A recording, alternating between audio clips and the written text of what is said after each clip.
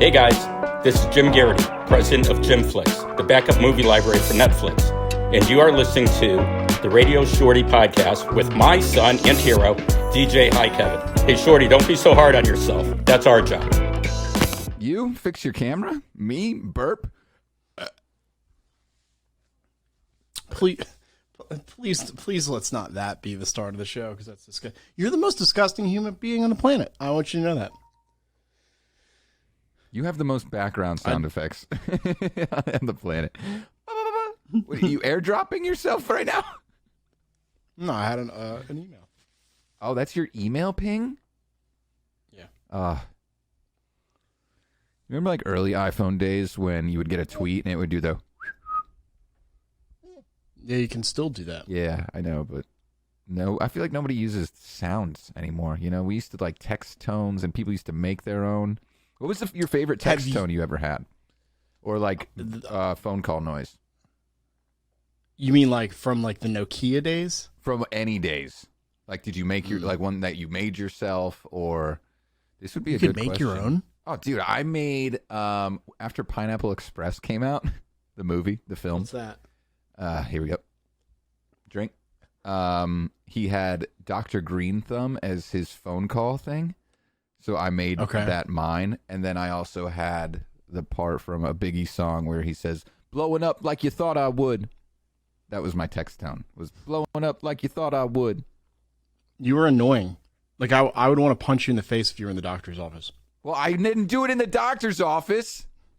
It was like when eight people were hanging in my dorm room, and I'm like, "Oh, sick, sweet, I gotta fucking flip." Right, but every time you got a text, it was like, blowing up like you thought I would, blowing up like you thought I would, blowing up like it was, you know, is it repetitive, me, I was the first to get it. Time? No, it was just one time. It would just say that one time. It wouldn't repeat. Do you remember ringback tones? Yeah. When instead of hearing a ring, you hear like a song or something like that, right? So I came up with that idea. Oh, really? Mr. Verizon over here, story. Everybody. Mr. Verizon.net. No, true fucking story. So, a buddy of mine and I are like, I think we're smoking weed in his house. And I was like, yo. Because, like, that was when ringtones started becoming a thing on your phone. Like, you could get the ringtone on your Nokia, right? Right. And I was like, bro, you know it'd be cool if you could hear the music when you're, like, calling somebody, right? So then, 6 months later, like Verizon had it. I was like, they fucking stole my idea. What the fuck? Yep. That's how you know phones are listening to you. Like, that's how you know. You think they were listening to you back then? Dude, I don't think anybody 100%. gave a fuck back then. So my old boss, Super Dave, who I talk about a lot on the show, who used to be my program director at the radio station I used to work for, but no longer work for anymore because I got fired. By the way, we welcome everybody to the show. Those oh my God, why do we suck at it? It's because I kind of like the I don't know if would this be like a cold in? This is called a cold intro. What do they call it on SNL? A cold intro. I think it's cold, right? Yeah. Yeah. So, what was I saying? Oh, so his ringback tone is he still has one on his phone, and it's the song from the Cantina from Star Wars. That's it. Right. Yeah. Sick. So, and there goes Shorty. Hey. Into the upside down. So actually, it's funny because what was it? Saturday night / Sunday morning. So as many of you may or may not know, we have a phone number that you can call, and you can leave voice messages for us. Hey, before we do all that, time. Okay. I don't mean to cut you off, but we have like brand new listeners that have never listened to the show, right? Because we're interviewing Marie today from the Radio Fam. Yeah, radio people. What's up? Yeah, so I feel like we should at least say hello to them before we dive, because we're just kind of doing the show the way we always do it, and so we already have our wedding events people that always listen to us, but we're kind of branching out here into more media type stuff. So before we get to the phone call, like I think we should at least introduce ourselves, to them. before we dive deep and then get into Marie's interview from the Radio Fam. And for the DJs that don't know what I'm talking about, the best way to describe the Radio Fam is it started out as just like a family of radio people, and it turned into an Instagram. And then now she's got a podcast, and now she's got like a shop 7 seasons deep of the podcast. It's great. When are we supposed to like make it a season? I don't care to do that. I don't. We're just gonna run it up, right? Do we do seasons and we take like a bulk of months off, like an NBC dude? Sitcom, If we take a month off, we're never coming back. Cool. I'll see you in a month. I'll get like 6 hours a week of time, and I don't need that. So yeah, intro. For our radio people that are just listening for the first time, my name is Sean. I go by RadioShorty. I used to work in radio. And we also have a drinking game where every time I say I used to work in radio or I got fired from radio, you take a drink. And some episodes it's none, and some episodes you're like Drew Pierce and you're drunk on the 405. It just depends on what we're talking about. So I used to work in radio for 20 years. I started out at 16, and then I got let go from Odyssey during their, kind of a bulk purge per se in 2021. And now I've always owned a wedding and events company. Now that's just how I survive, because if I didn't survive, I'd be in a gutter somewhere. So, and I'm excited today to talk radio, because we always talk weddings and events and DJs and stuff. And no offense to those that are listening, but I don't think wedding and events DJs really kind of understand the radio world. So I'd like to bring them in so that we're just one big DJ radio fam. You know, it's just one big mesh pot of fucking just people, you know? So I'm excited about Marie.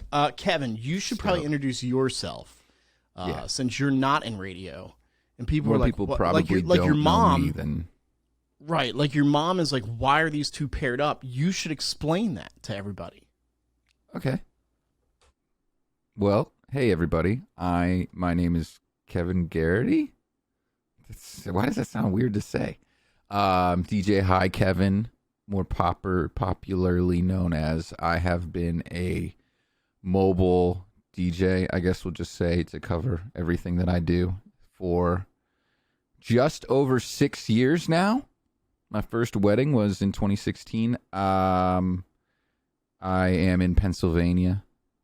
And I met Shorty through pretty much through Twitch, where I stream DJing. And I'm actually, this is for everybody. I'm coming back. Oh, shit. I'll have already come back by now.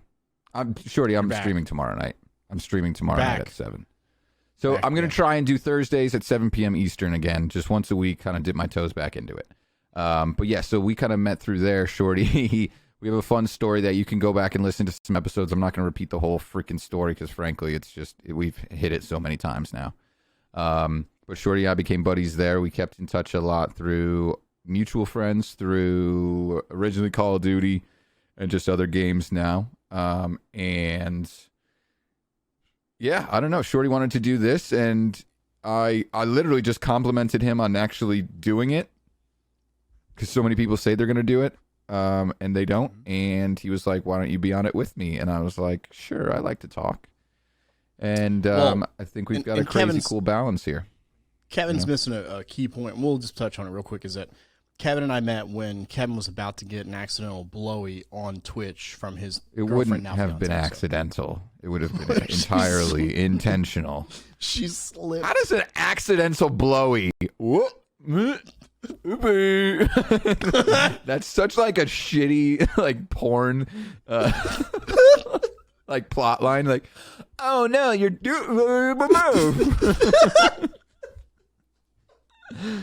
I just slipped. Oops, I tripped. Dude, I remember that being like one of the coolest things that people could do, like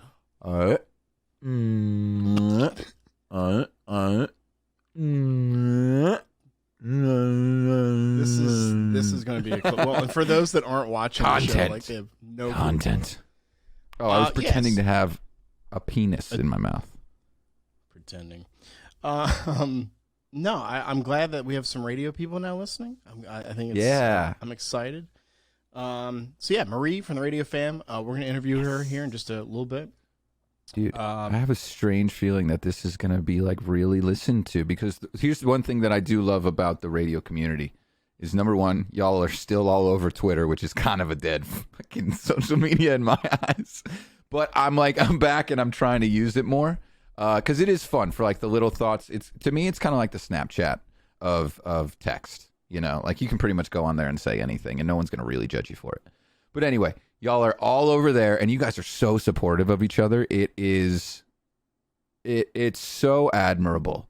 And I've made a bunch of friends through it that like I constantly talk with. Chris Cruz, Ryan Smetzer, being a couple of them. Sarah, I honestly don't know Sarah's last name, but Sarah on Mike.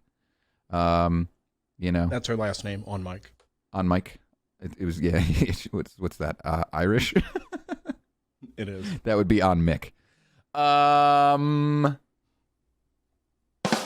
Yeah. Hey. There we go. Sorry, I have my volume. Yeah. So I love the energy that, and maybe it's because you guys have all seen the darkness and you want to bring each other back into the light. And I do think that the Radio Fam, that's like really the main goal behind that, is just keeping people together. And women empowerment is the shit.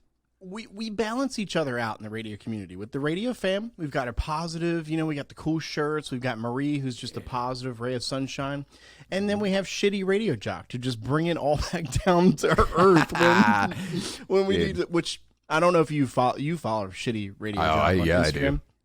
For our DJ friends that don't, go look up the Instagram, Shitty Radio Jock. So it's an anonymous account. We don't know who it is. People may have their speculations or whatever, but I don't think anyone knows who this person is. But basically, they get a lot of dirt on a lot of people and some CEOs and some pretty high ivory towers where they get some information and they post it to their social media stuff. And a lot of it, I guess, for the DJ community wouldn't make sense because they're not going to know who XYZ. There's some like regular DJ ones out there too. Those specific ones, no, but I think they do a great job of including all DJs of all sorts. So Shitty Radio Jock is our we're like, hey, we've got a lot of positive news today. Now I just need to fuck up my brain real quick and see some really fucked up shit about the radio world. Let's look at some memes. So here's Shitty Radio Jock. So the Radio Fam. Dude. Again, you can follow Marie's Instagram at the Radio Fam. And again, it just started out as an Instagram kind of page where I believe that's how it started. And it's grown into a website and podcasts and stuff. So we appreciate the best way to learn about that is I have listened to a couple episodes of her podcast, and the first one, she literally walks through like everything that she did. And she was like trying to start Instagram pages for like painting rocks and stuff like that. She tells the story great. Okay. I tried to do my research in some of my long drives home from weddings and stuff. And yeah, she just really was just like looking for a good vein to go down, a good niche, and landed on the radio stuff. And it's a super cool story to hear. So yeah, available on Spotify. Everywhere we're available, she's available. And yeah, actually, she was the first person to use our promo code for Riverside. Really? Which is cool. Speaking of which, someone used my coupon code on Gamer Fuel. By the way, the show is brought to you by who, Kevin? Gamer-fuel.com. Gamer-fuel.com. Use code DEEJAY. No, DJHIKEVIN at checkout. Not for 135% off, but for 15% off. Hang on. Just keep going. Shorty, just keep going. Shorty went back into 1992. You thought that turning the lights off behind you was going to make it better. I really did. This camera Why does sucks. your camera hate you, dude? I don't know. All right, go to gamer-fuel.com.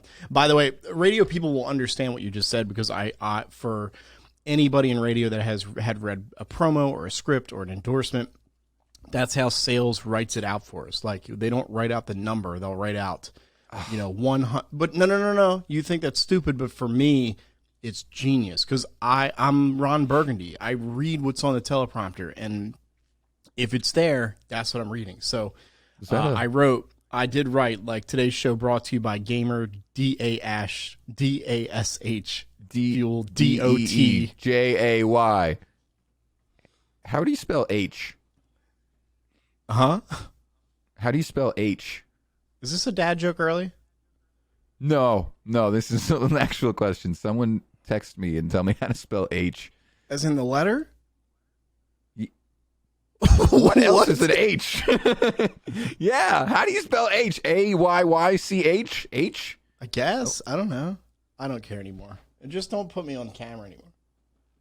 Like, what is with it? Like, seriously. Dude, I fucking... So much. If I don't even know. You may not believe me, but I looked a long time to try and find Shorty. I'm looking right at the camera. I'm talking right to you. You and me, audience. You and me right now. You talk. I'm busy. a lot of time trying to find a tool that Shorty could use to focus his camera. Is it focused? He uses a Mac. No, it's not. Is it? I don't know. No, it's not. It's garbage. I mean, I'm seeing you in like 240, so that looks. How about now? That looks the best it's looked. How about now? Yeah, sure.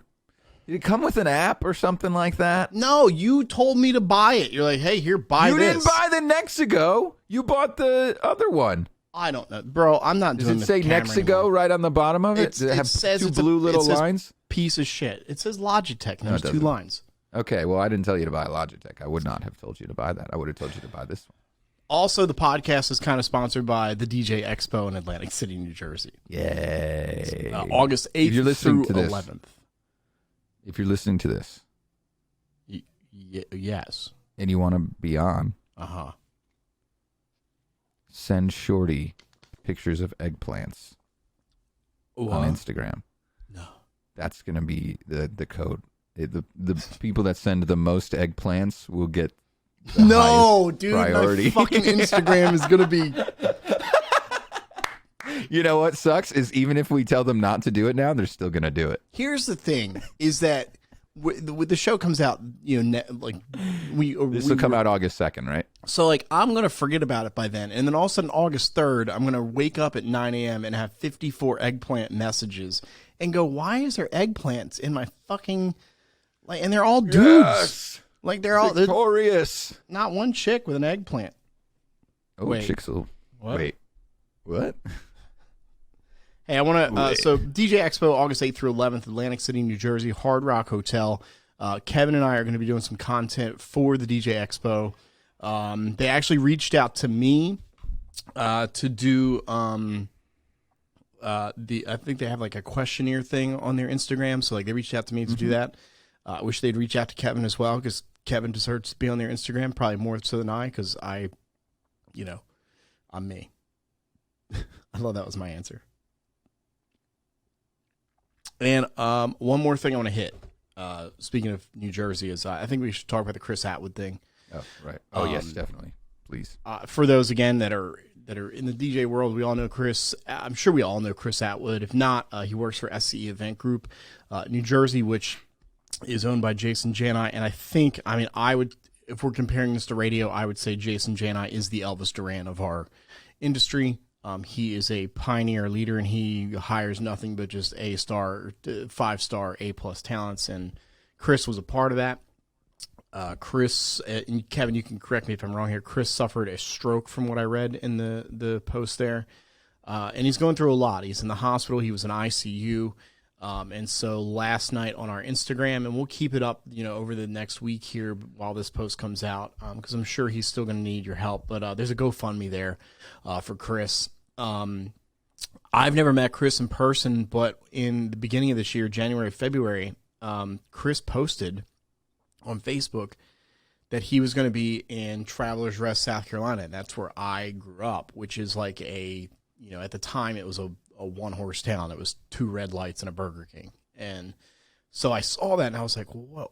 And so I messaged him. I was like, yo, man, like, you're going to be in town, blah, blah, blah. It actually ended up snowing. They ended up getting stuck here. It was a whole thing.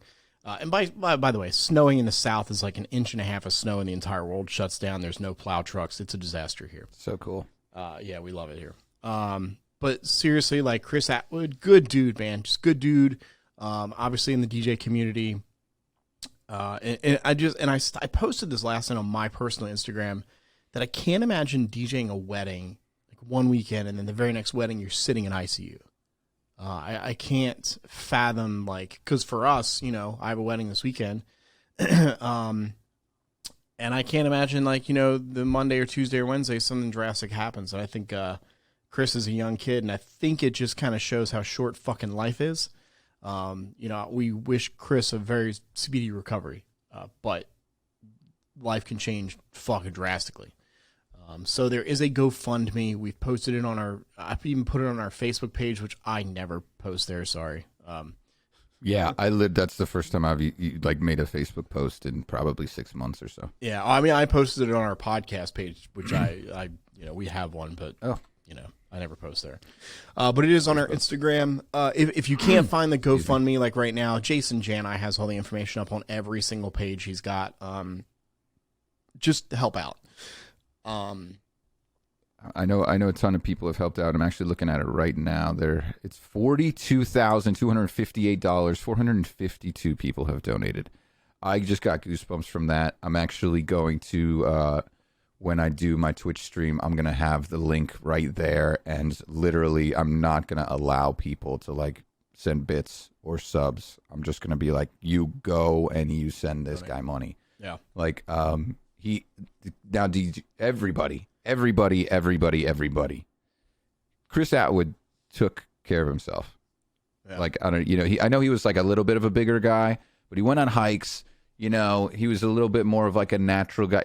We know that he drank and he smoked a little bit and stuff like that. We all have our vices, but he was he was active enough, and if this isn't a sign to literally everybody as you creep into your 30s, into your 40s and stuff like that, to get in a habit of bro, I literally went for a run this morning because I'm just what needs to keep going? This fucking ticker. Yeah. Man, dude, my other buddy just had another health problem. It's scary, dude, I'm literally eating my little 600 calorie bowl. I mean, yeah. COVID. You'll be hungry. COVID did me in. Honestly, man, it's not that bad. I'm good till dinner. I think my stomach is nice. We're good. What you're doing right now, drinking water is filling, Teddy was saying last night, she's like, man, I'm just so hungry, but I don't want to eat after 8 o'clock anymore. Yeah. And it's I don't know. I go and I take a swig of non-dairy milk. That's where I'm at in life, We're old. We're getting old. Yeah, lactose intolerance is real when you are in your 30s. Yeah. So the GoFundMe, it's on all of you can find it somewhere. And Jason Jani, I'm sure all the SCE team is posted as well. So Chris, hopefully you get better, man. And yeah, that sucks, man. It really does. It's something that I just, I can't imagine happening. Hey, we haven't done this in a while. The last time we did this was your mom, and she said that she didn't like us together. So, your dad texted us about the show, and you sent me the text. Your dad has explained the remote situation, which is in the last episode, because your dad has 76 remotes for every element of his life. If he needs to use he only has 4. It's 5. And one of my moms ended up there somehow. He was trying to explain to me. No. They don't have separate remotes. No. Married couple don't have separate remotes. He was making excuses. So I'll insert the photo. But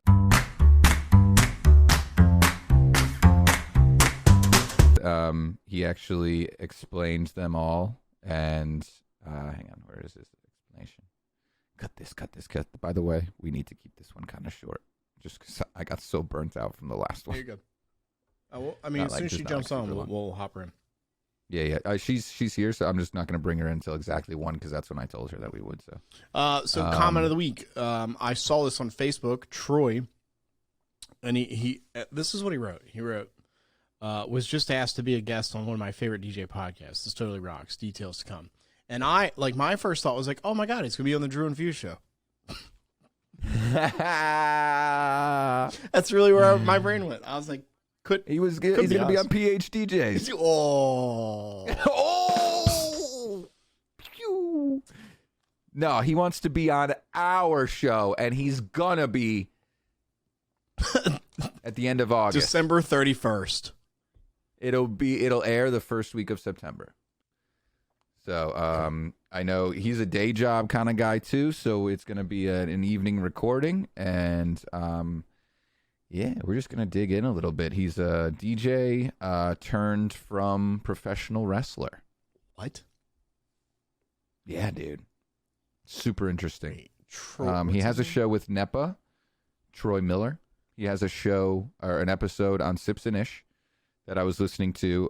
We won't. If you want to hear more of like the wrestling stuff, that's definitely the place to go because NEPA's a big wrestling fan. I could see. I've listened to the podcast technically 1.5 times now because I refreshed myself. Oh my God! On a long drive this past week. Troy looks like he could take his arm and just wrap it around my neck and squeeze it like a grape. He's a brick fucking shithouse, dude. Troy, how do you? And he's almost 50. Fuck you. Is he really?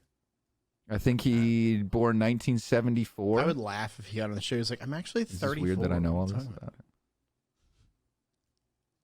No, he just posted something that he's almost 50.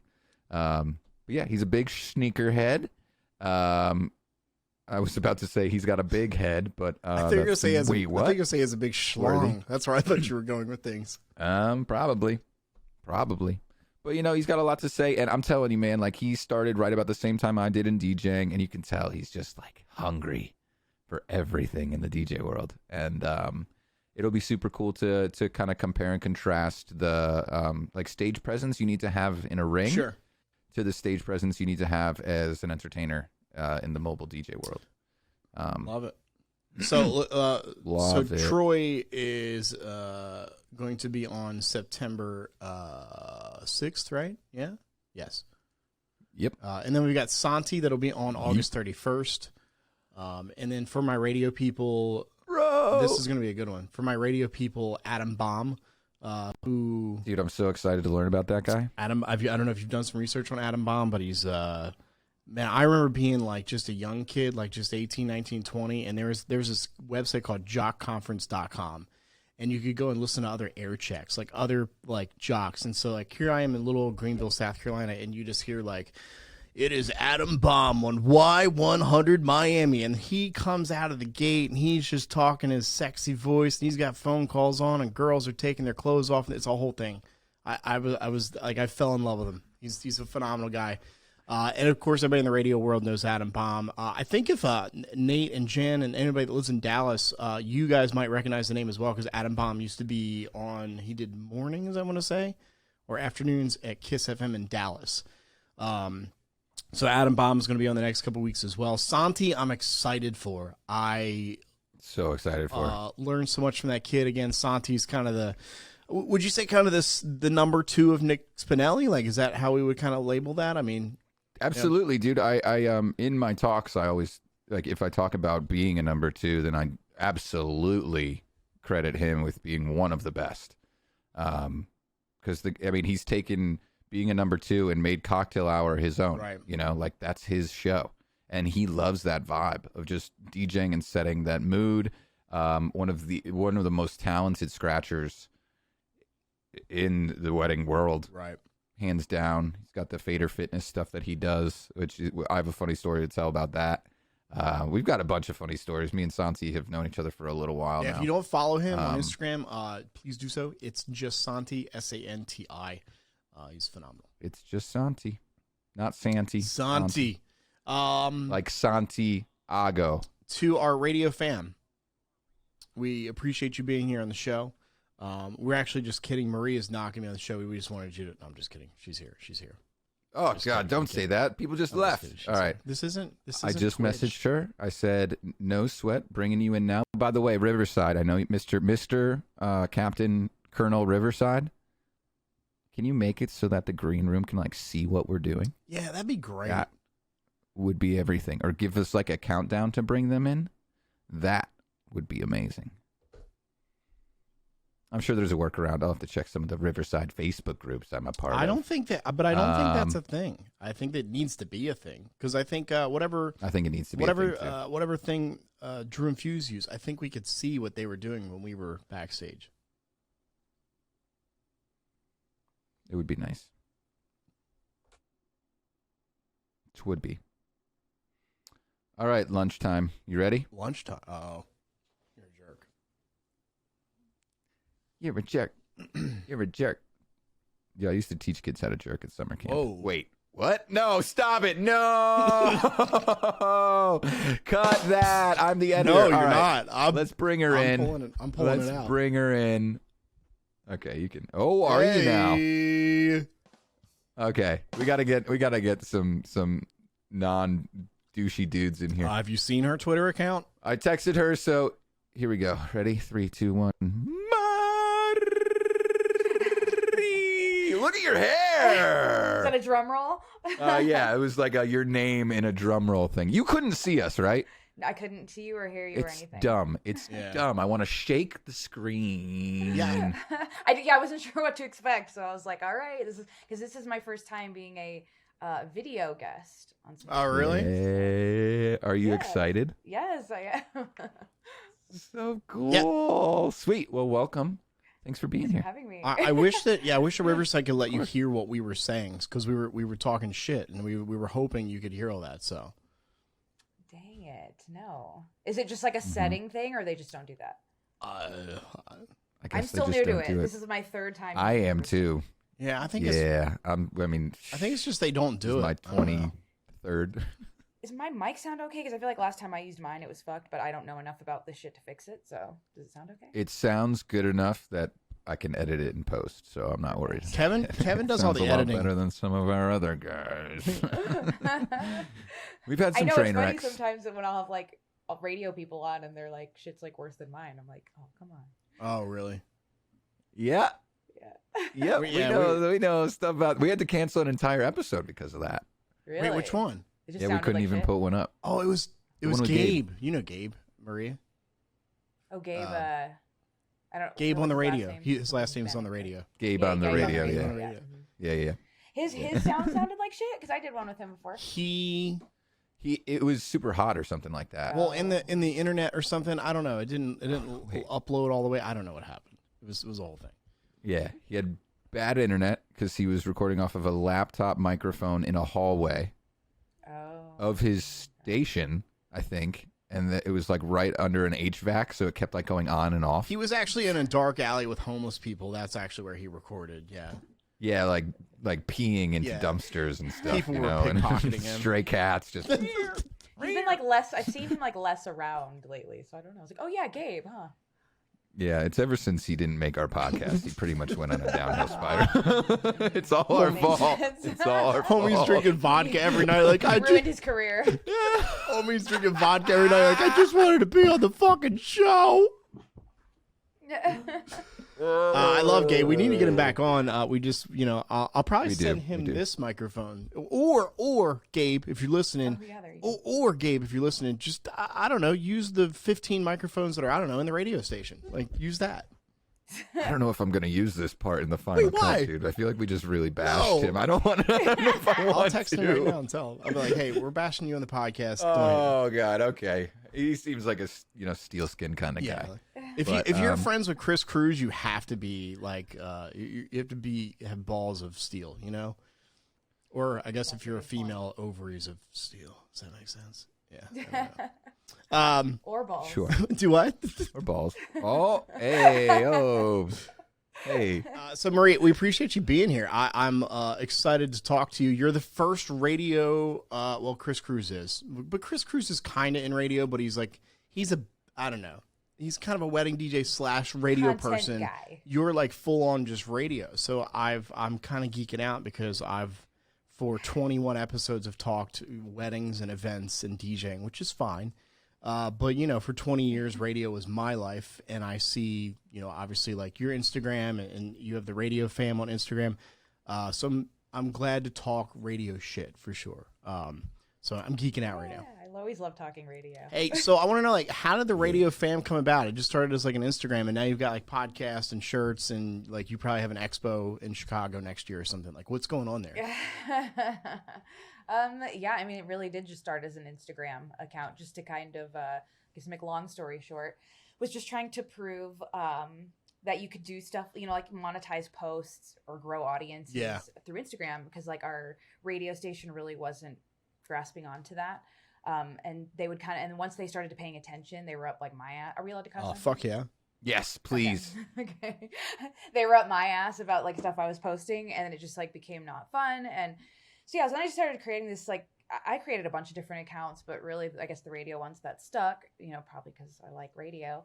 And then it just kind of kept growing bigger and bigger, just into a community. Right. So I was like, okay, this is cool. You know, we can actually like influence some people. And then over the pandemic, it was really just a little bit of boredom, and then like some YouTube rabbit holes is where I kind of went down to like turn it into like merch, and like the podcast just sort of happened. Like I just wanted to record some topics with people so we'd have some video to put on social media. But then as we just started talking, I was like, well, people probably want to listen to this too. You know, not everybody likes to watch video. I guess I'll throw it on a podcast. But then now it just is structured on as like a full on podcast now. So it's a lot of fun. Yeah, that's pretty dope. I mean, again, like you are the, we talked about this before you came on, you are the positive part of radio, where, you know, if I want positivity or just like your tweets or something like that, there's the funness. And then of course, like I was telling Kevin, if we just want like that, the dirtiness of radio, we do go to Shitty Radio Jock and like see whatever the hell they're posting. And, you know, and then I come back to the Radio Fam. And it's amazing. Like in the past about 2 years, you've kind of ramped up the Radio Fam from just that Instagram to the podcast and that sort of thing. And I think, like you were talking about, like digital stuff, and not to bash any radio stations or any radio companies or anything like that, because it's not what I want to do. But like, it is kind of weird how sometimes I don't know if they're scared. Like I remember being at a station, and we said, hey, like let's put our videos on YouTube and we can monetize them. Like if we get X amount of followers, you can monetize you. And they just didn't want to do it. They spent like millions of dollars creating their own like video coding. So I don't know. I'm stupid when it comes to that stuff. But like, and then no one went to the website. No one watched the fucking whatever the video coding thing was. And I'm like, well, but you could put it on YouTube, where everyone has YouTube. I have the YouTube app on my phone. And so it's great. You kind of have that mind sense, because in like radio is also a marketing thing, I think, as well too. Not just radio, but like now social media and YouTube and, you know, so many other things, Instagram Reels. Yeah, it's a whole brand. Yeah. Yeah. And I think some radio stations do a lot better than others. I think I've seen some crap content out there where, you know, I wish I had the cojones to like reach out and be like, hey, there's probably ways you could do something better with this, you know, or, you know, like, for example, and Kevin's not in the radio world, so he's going to learn a lot today. But Marie, you could probably relate to this, the obligatory, he's taking notes. The obligatory take a picture of my tent at a remote, like, photo. Oh God, yeah. Right, and like that's what they post with like nobody even looking at, like nobody even in the photo. Nobody there. I'm just like, it's like not a single person is at your event. Like, but you have 76 boxes of Papa John's pizza on the table. Like, it just, to me, I think it's great that we have someone like you that I think other people have probably come to going, hey, I'm not that great at social media, or I need to get better. How can I get better? I mean, are there people that are reaching out, kind of asking for advice and help there? You know, not as much as you would think, but they do ask for marketing help. People want marketing help, and they don't want to pay for it. So I'm kind of like a little right there. Or, you know, a lot of people actually are reaching out to talent, because now they know that I have my eye on a lot of talent in the industry.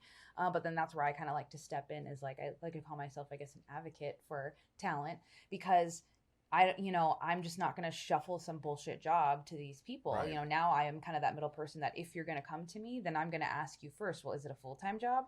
How much is this even paying? Because why am I going to waste my people's time for some $40,000 a year morning show job, you know, that's not, so it's just like, so I don't like people wasting my time with that. So I'm kind of like, you know, if they're legit jobs, or unless you guys want to start paying things like that, then like, let's not waste each other's time. I'm going to teach these people how they can use their skills to be valuable, whether it's in the radio industry or not. Basically, you know, we all love it, but there's not, you know, it doesn't always love you back. So it's just kind of like, well, there's other places, you know, like DJing and things like that you can use those same skills and they can be valued more. Yeah, I mean, when I got but it was also I don't know if you have a drink near you, Maria. There's a game we play on the show where whenever I say I got fired from radio, we all take a drink. It's a bingo card of sorts. Oh, perfect. Perfect. I have Kahlua and coffee. Oh shit. Okay. All right, we'll get about 10 more cups of those. Oh, you guys have water? Yeah, right. I feel bad now. I have water. 1:15. I don't know if I'm ready yet. But there are, like, you were talking about, like, the DJ world, and obviously, like, we cater to the events and DJ event industry as well here on the show.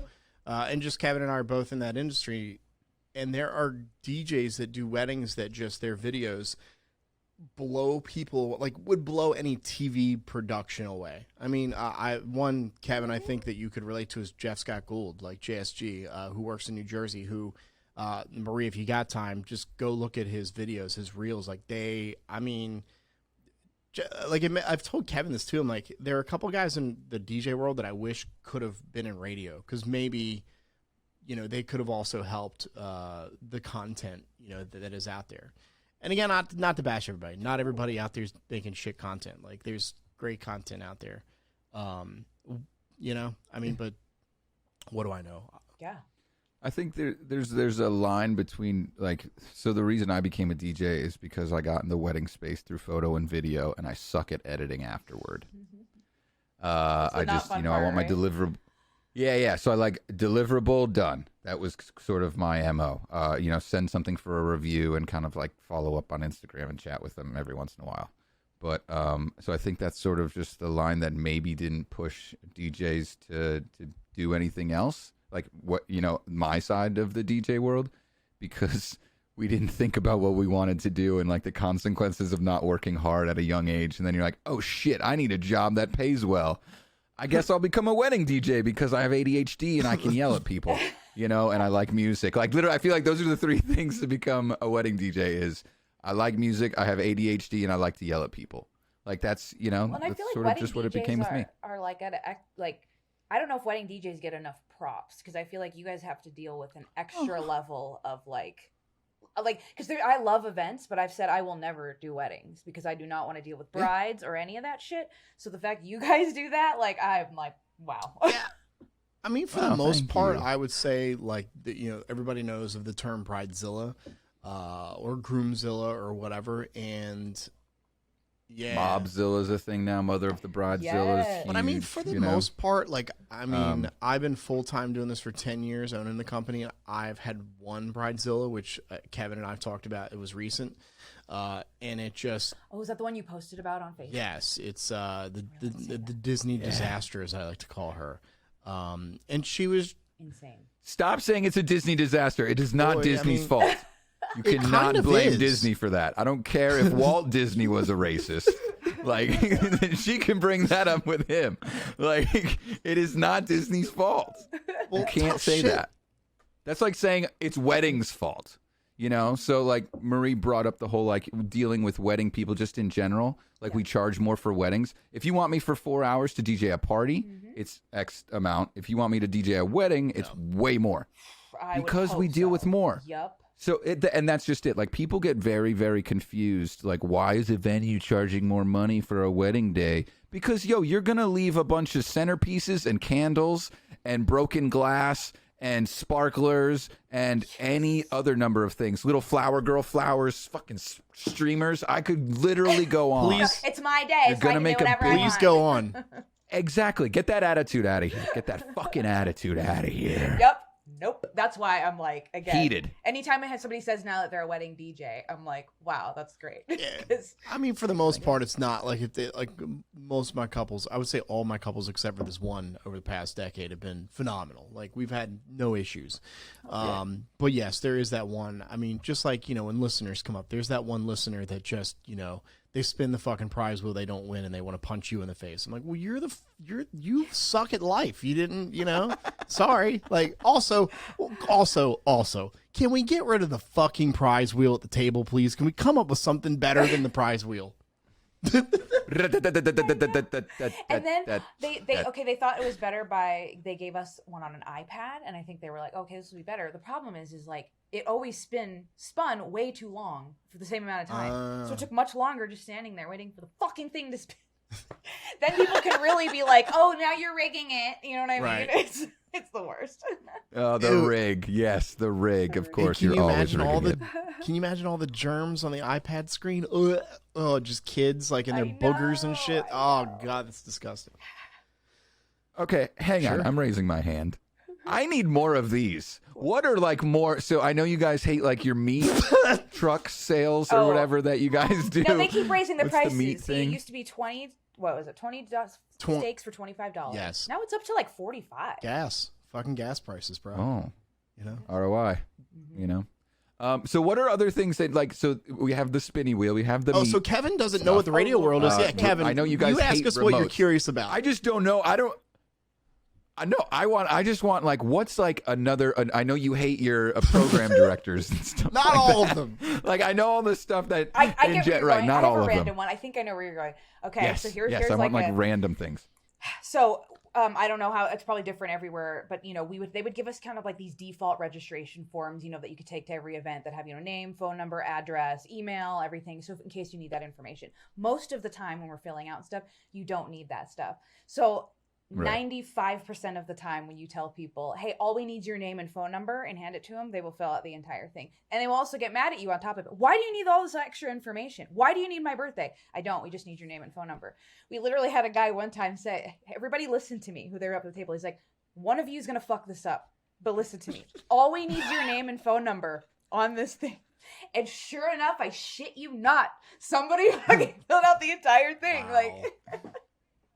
Somebody wrote in SN, like social security number. They just wrote it in there for fun. Oh, that'd be another one too. They'd be like, what number? Because it would just say number. I'd be like, your phone number. Oh. No. Like that came up a lot. No, we'd like to know how many people people you've slept with. Can you write that in the fucking box, please? Right. What's your body count? Oh. Yo, Marie, you get some of the shit that you find on Twitter is like the longest threads I've read. You posted one today. You said like I needed that this morning. It was like, what's the horniest thing you've ever done? And the top. I read every single comment. They Marie. were so funny. Every single one. The top one was about what? Jerking off to the ex's house on Google Maps. Like the house on Google Maps, dude. I was. Some people just wrote, I have a cat, and that was it. And I was like, yo, you're leaving way too much for the imagination right now. Then the ones I'm like, are they serious? Would it be when the ones like, I was covering my book and it like rubbed me weird, so I came on my leg. I was like, oh my God. Speaking of Marie, if you would like to follow her on Twitter, it's REERUNNN. You've changed your Twitter name since then, but I was able to screenshot this. Oh yeah, I was and your name was MILF Lemonade, and I want to say that you found a Twitter. I guess it's a Twitter like clubhouse. I didn't know that was a thing. And Marie, you wanted to join a Twitter or a Twitter, whatever the fuck that is. What is it called? Twitter Voice? It was like what? Something, yeah, it's their version. Yeah, of so Marie was going to join the Radio Shack Live Squirt Space, squirt emoji, hashtag, re-squirt squad. I don't even have words. Wait, it still says that on my profile? Oh no, I went through your Twitter and was screenshotting some things. So. Oh, all the good stuff. Oh yes. Also, my God. Well, I was curious. I wanted to hear what was going on. Yeah, sure. There. I want to also shout out to is it Molly Kendrick? Do you know Molly on air? Oh, cool. I love Molly, so yes. you guys are in a thread, and this girl who has like 5,000 likes on her tweet says, "I don't know how y'all like big dicks. I be choking on 3 inches." And the two of you replied with like dead emojis. No, I specifically said, I'm commenting on this so it shows up on other people's feeds. Yeah. And it got so many likes.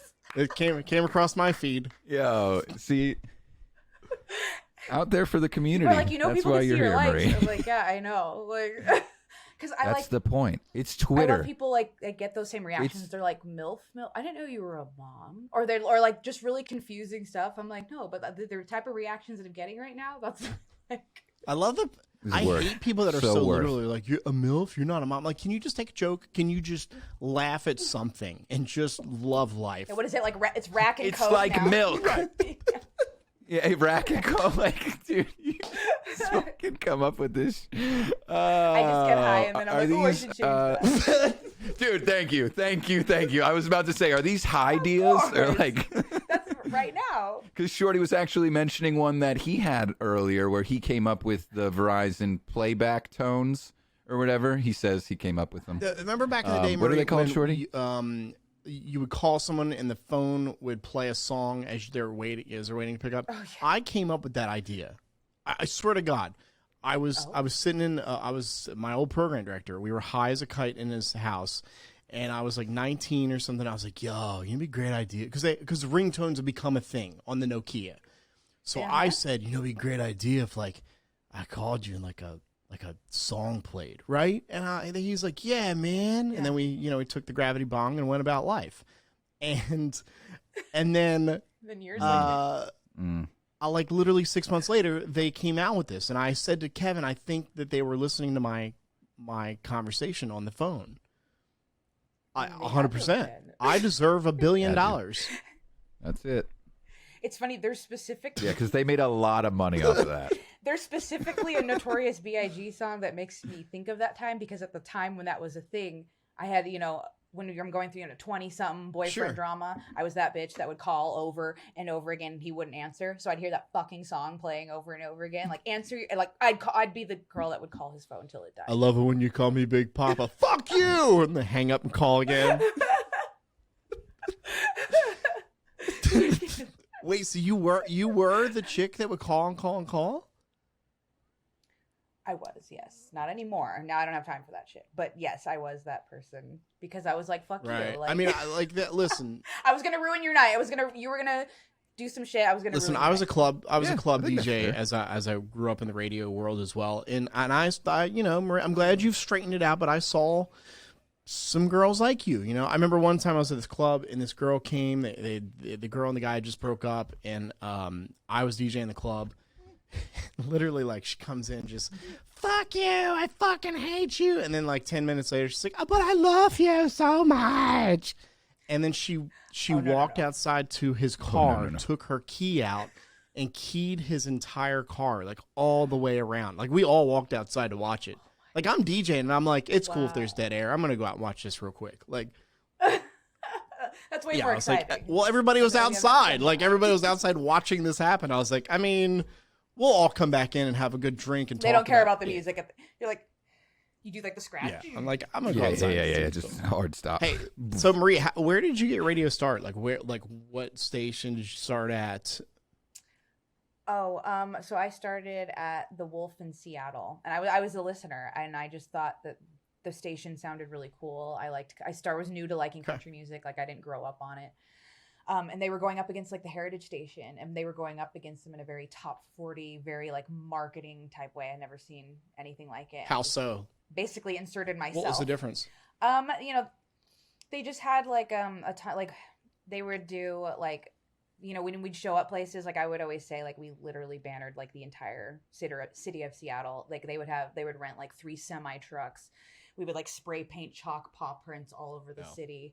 The big gorilla. launch when they were coming up with their launch, like, which was what I wanted to be a part of, it was this big promotion called the Quest for 1 Million Listeners. So people would call in, and since they were a new station, so let's say I'm a listener, and I'd say like, oh man, I told my mom about the station, now she's a listener, and my sister and my brother, whatever. So then I'd call the station and have to be like, okay, like I pledge myself, my mom, my brother, whatever, and they'd go okay, and they would add it to the tally, and they made it seem like they had like volunteers in the background, and they had phones going, and it sounded like people were just really trying to get to 1 million listeners. And the visual, and I had no idea as a listener, I was like, can I volunteer? Like, I want to answer phones. Like, this is just really cool. I want to be a part of it. And the DJ kind of like blew me off, I think, because he knew that they weren't really doing that. But I like showed up at a remote anyway. Like, I put a sign on my truck that said, honk if you pledge to listen to 100.7 The Wolf. And I would drive around with my pickup truck with the windows rolled down, playing the station. And then if I would get honks, I would call the station and tell them about it. So when I went to a remote, one of their promo people saw me and they were like, you should apply to work in promotions. And then I got the job. Yeah, I definitely just got goosebumps a little bit. I definitely miss those kind of days of radio where, you know, you launched a new station and it wasn't just 10,000 commercials or 10,000 commercials in a row, 10,000 songs in a row commercial free. Like, I love that it was, you know, like I was kind of like that growing up too, where it's that theater of the mind. For me, it was like sitting in my bedroom as a young kid, and like I remember this. I remember they did this thing where O-Town was going to come and perform at a high school or something, and we all remember O-Town. Yeah. Who doesn't? Come on. What was O-Town's big hit? Liquid Dreams, right? I always get confused. How much of a song am I allowed to play? Well, so Spotify they won't because they own all the songs. Posters of love surrounding me, lost in a world of. Oh, right. Cool. Yeah, I think it's Liquid Dreams, maybe. All right, cool. I'll see how much I can put in and not before we get on ripped. YouTube. Yeah. So I remember like they did this contest where they told all the high schools in the upstate here in South Carolina, they were like, you know, you have to write your name, your high school, and your grade down on an index card and bring the index card to the station. The most index cards for the school won the O-Town thing. There were CVS's running out of index cards.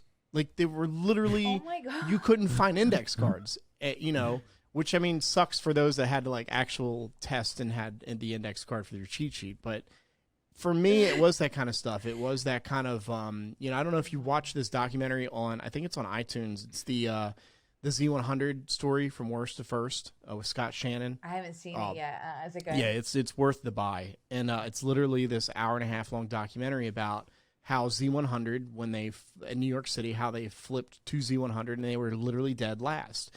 And what they did to become worst, and even the best. And even we talk about theater of the mind. Like I don't know if you're that big enough of a radio nerd to know the Z100 jingles and the top of the hours and that sort of thing, but their moniker is Z100. What is it? From the top of the Empire State Building. This is Z100, right? And that's not true. Well, it is true, but every single radio tower is on top of the Empire State Building. Every single one. Like, they all broadcast from that, but they claimed it. So it sounds like it's the biggest thing in the world. And Scott Shannon goes, "We're broadcasting from fucking Hoboken, New Jersey. Like, we weren't even in the city." Like, he goes, "But we made it sound like it was monumental." And even they interviewed people from like PXY and like 92.3 in New York and that sort of thing, and they all said, they were like, you know, not only did they say from the top of the Empire State Building, I think they said they've copywritten that, so now nobody else can use that. So they're the only ones that. Wait, so good. There's towers up there, so people have to climb up there. Yeah. Like on top. So apparently it's and I'm not. Yeah, right. No. Have you ever watched it? Bro, I can't drive across the bridge. Like, I'm like, my hands sweat. I hold my fiance's leg and a hand and stuff, and I'm just like, God, white knuckle. Like, fuck that. Like, have you seen the videos, Marie, of like people climbing towers in New York City?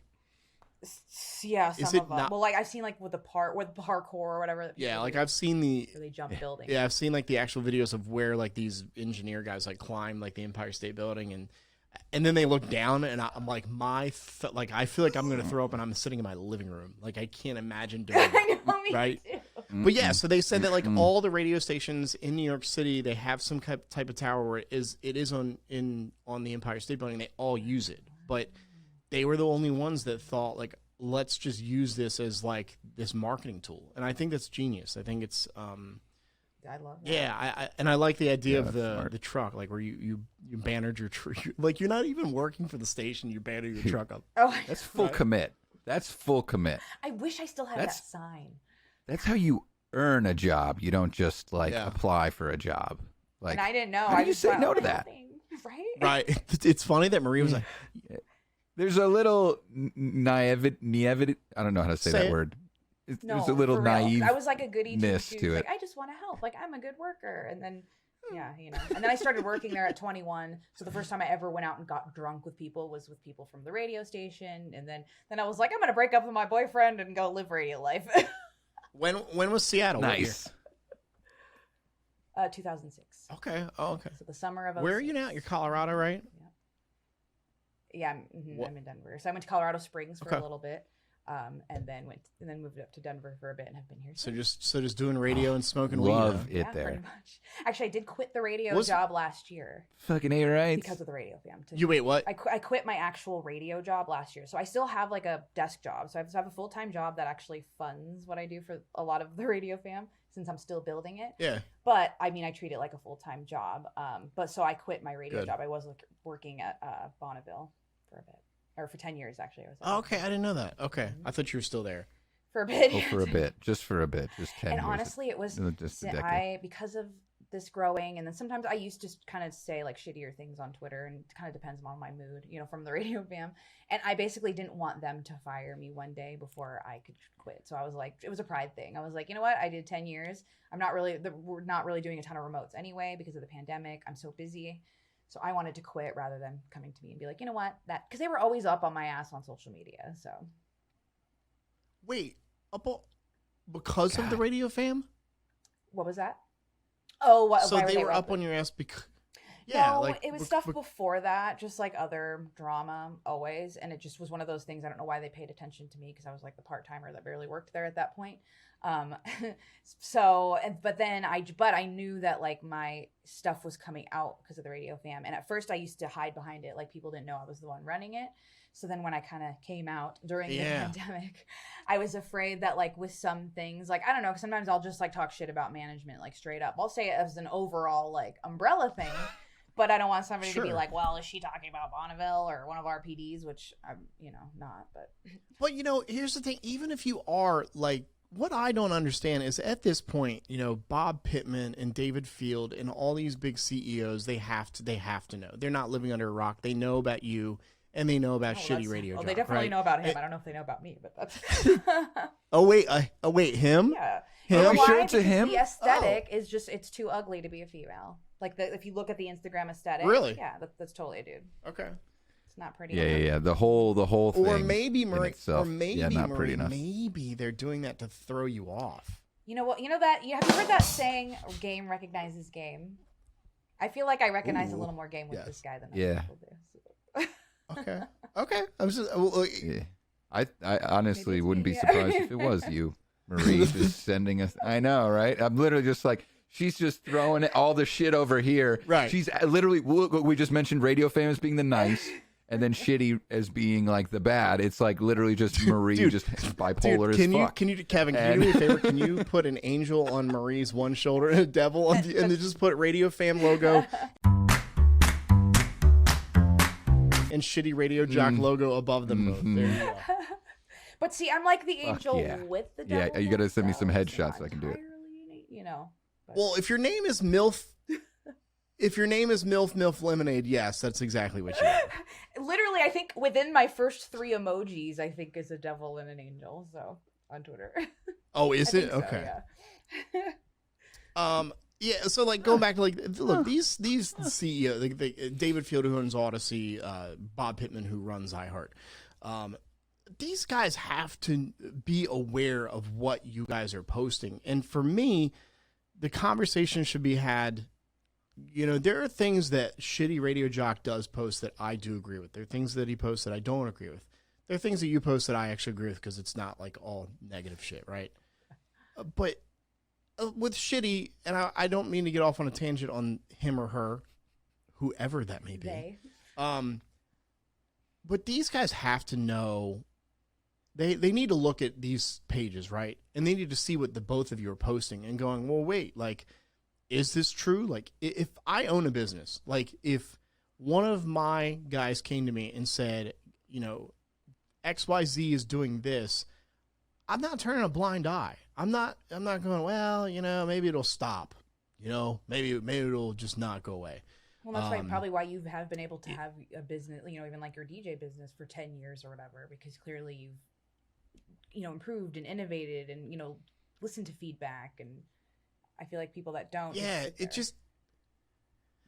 it blows my mind that, because I was I was part of the purge when Odyssey blew out, all of us last year for the top 40 purge, I guess is what they call it. I don't know. Layoff is what they called me, which I guess being laid off means you can come back at some point, but I doubt I'm coming back. You're on the beach. Yes, I'm on the beach, as they would say in radio golfing, terms. Right? But even with that, with that situation and with what they did, and I still have people that work at the company and work in radio, and that I talk to, and from what I'm told, it's not working. Like the strategy that they said, hey, let's fire all these local talents. And again, I want to also stress that I love Julia. I think she's a great fucking phenomenal talent. I think Brew is a great fucking phenomenal talent. I'm not bashing either one of these, so I want to get out of the gate and say that. But this strategy isn't working. So, and maybe they're just too far down the rabbit hole to go, oh, fuck, well, we can't go back. So what do we do? Interesting. Recently, I had seen this podcast group, and they have money or whatever, and they're owned by some financial company. But it's interesting because their whole thing of their podcast is they're opening them in each city, and they're local to like each city. So really? I forgot what they're called, but it'd be like something Denver or something. So they're trying to hire talent, and hosts and stuff for these shows to host local talent, and like some just literally or local content. It's just like it's literally radio, right? But like in podcast form. The reinventing radio. We have an online publication company. The parent company is called 6 a.m., but they literally have these websites and these Instagrams. Like, so Greenville for us is GVL. That's our kind of like shortened code. So what they did is they opened up, it's called gvltoday.com. You can go and learn everything about Greenville. So they did that here, and then they went, like, let's go to Columbia, South Carolina, and do it there. Let's go to Charleston, South Carolina. Let's go to Asheville, North Carolina. So it's literally like, they're literally doing what radio should be doing. Like, radio could have done this, where instead of having another company create this, radio could have been like, well, let's do podcasts, the Instagram, the website, and everything, and kind of follow the same guidelines, right? Their brands could have been owning us a lot. When I see all this stuff, even just podcasting, that leg, it's like, man, can you imagine if the brands had just taken over like all this media space that they would own right now? Yeah, I think, one, I think too, and I've talked to several people about it, where I think, like right now, like Instagram Reels and social media for a lot of these radio companies are getting better. Like I saw like a Q in Atlanta post something the other day. I think Harry Styles was in town or something. I don't know. And it looked good. And I was like, oh my God, this looks like a dope fucking reel. Like they did a really good job. They put a lot of time and effort into it. But like, you're 5-6 years too late. Like there are fucking 19-year-olds that are doing better content, that were doing better content at 15 than we were doing then. And I think that was the frustration of radio, where and now I just sound like I'm bashing radio, which I don't want to be. I just think, no, you're good. I think I call it a love-hate relationship. Yeah. I love the industry so much. And I mean, there are people that, again, in wedding and the events industry, that will never understand like the opportunities that you and I have had, the moments that we've had, that, whether like, yeah, sure, artists and that sort of thing, but just listeners. Like, I think even just certain listeners that always are going to be embedded in your head of like, oh man, like I'll never forget that listener. And I think what that's doing is when you're hiring these national talents, like, yeah, maybe it works in Chicago or New York or whatever. Maybe it does. But, like, this is Greenville, South Carolina, right? He's in York, PA. Like, nobody cares, I think they want that sense of, like, oh, I can hear him on the radio, but then I'm, like, tonight I'm going to go see him at the grocery store. Like, I'll run into him, and there's that sense of, like, just connecting with the community. Now, because of radio, do you feel like you run this podcast like more like a radio show than like a typical podcaster would? Wow, that's a really deep, good question. While you think, Sure, I'll you chime chime in. Yeah. Because you're. I think he definitely tries to bring back like the traditional radio sense of like talking about new, like we had tried a segment, we still try to, of like weird news. We like to mention commenters and stuff, and I think that helps support a lot. But it's just tough because we record, we edit, we post later. So like things that are hot right now, especially right now in 2022, hot shit is over before next week even is a thought. So that's the kind of stuff that is a little tough, and like we haven't like really talked about it as much because the weird news we do is kind of like timely, right? Or not as timely. It's like we didn't talk about it, but like Kid Cudi got booed or got water bottles thrown at him, and he left the stage. Like that's always going to be something like big. Kid Cudi, that story's there for 2 days and then it's gone. So for us, like it would. Yeah, it'd be like if we had to do a show every single day. I think, like the morning show podcast, are they there every day, right? Yeah. Yeah, like I can't even imagine. Like I love Kevin to death. Kevin and I would kill each other of all the editing we have to do every single day. Oh my God. Be 2 weeks. Yeah. So like doing a... Now, how did you two meet? Kevin, I'll let Kevin tell the story. Was it love at first sight? So we did like a little intro at the beginning. With no. I mean, there was love at Shorty's first sight, but it was not between us. I did not love what I saw. I turned the camera off. I basically almost got a blowjob on Twitch. Wait. And he happened to still be watching. I like raided somebody, and I forgot to turn my camera off. And then Shorty was still watching. He was like, "Oh my God, APB out on Kev! Like someone needs to tell him that he's about to like get, Oh, wait, so you were just Shorty. You were just watching his stream randomly, and then. Well, no. So I tried to go to the person he rated, which was one of our DJ friends, and I kept clicking his link, but it kept going back to Kevin's profile. I don't know why. So like I'm looking, and Kevin, where he's sitting, it's a little different now, but there's there's a couch behind him, and so Teddy, his now fiance's girlfriend, then I'm looking, and there's like no music, like it's just, and I'm like, what am I watching here? What is happening? Like, and it said like there's 400 people watching or something, but I think it was the other DJ. Yeah. So I was like, what is going on? And all of a sudden I see like Kevin start. Teddy's sitting on the couch, and Kevin walks up to her. I assume the position. Let's just say that. I'm like, so I don't know Kevin at all. I don't have his text. I don't have any of his contact. So I call a friend of his, a best friend. I go, "Yo, call Kevin. He's about to get a BJ on stream." And Demand goes, "What?" So literally, he hangs up. And literally, I gotta imitate it. So I literally like. So yeah, I'm so glad I asked this question. I'm like. Right. So okay. So he's like right here. Right. So the phone rings. Kevin doesn't answer it. Right. And then okay. He's like looking. He kind of looks down at it. Right. Yeah. And then So Kevin finally picks up the phone, and literally like you just see him shut everything off, and then it goes over to the DJ that was DJing. Not that I'm asking to see it, but did you keep that clip? Oh, I have it. Yeah. Oh, you have it. He's like clip. We'll put it in post. I don't know if we have the clip. Yeah, but we have the photo. I'll put it here again. So Kevin, I'm so glad you asked, That's Marie. not the answer I expected. So Kevin, but it's it very rarely fitting ever is. For me, yeah. So Kevin, MILF Lemonade. It Kevin direct messaged me on Twitter or Twitch or however that works, and gave me his number, and it's been a love fest with us ever since. Yeah. you could have repurposed that content onto OnlyFans. So could have. Yeah. Should have.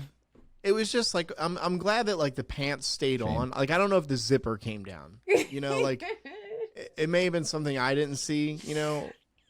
I didn't see his dick roll out of his down, zipper. But it wasn't out yet. Right. But I'm also. I was like 45% chub probably at that point, so it wasn't even worth, But like, what if that really happened? What if I wasn't watching and there were other people watching and they watched you get a blowjob on Twitch? I mean, that would have kind of been really epic, though. Yeah. It would have only been like 40 3:44, 45 seconds anyway, so it's not. Did you see? I'm just kidding. I lay a great dick. Okay. I did, dude. By the way, I love that. Is that available on like the Radio Fam store? Just type in "come on." That's awesome. And then you'll Right. I want one so bad. but there's a photo of you. There's Oh a my photo of you God. somewhere, and I could not find it. I was trying to look for it. You covered up my podcast. So can you do that again for us? Oh yeah. Oh no, I covered up podcast. That's right. So it was So she goes, on. "Come on, my."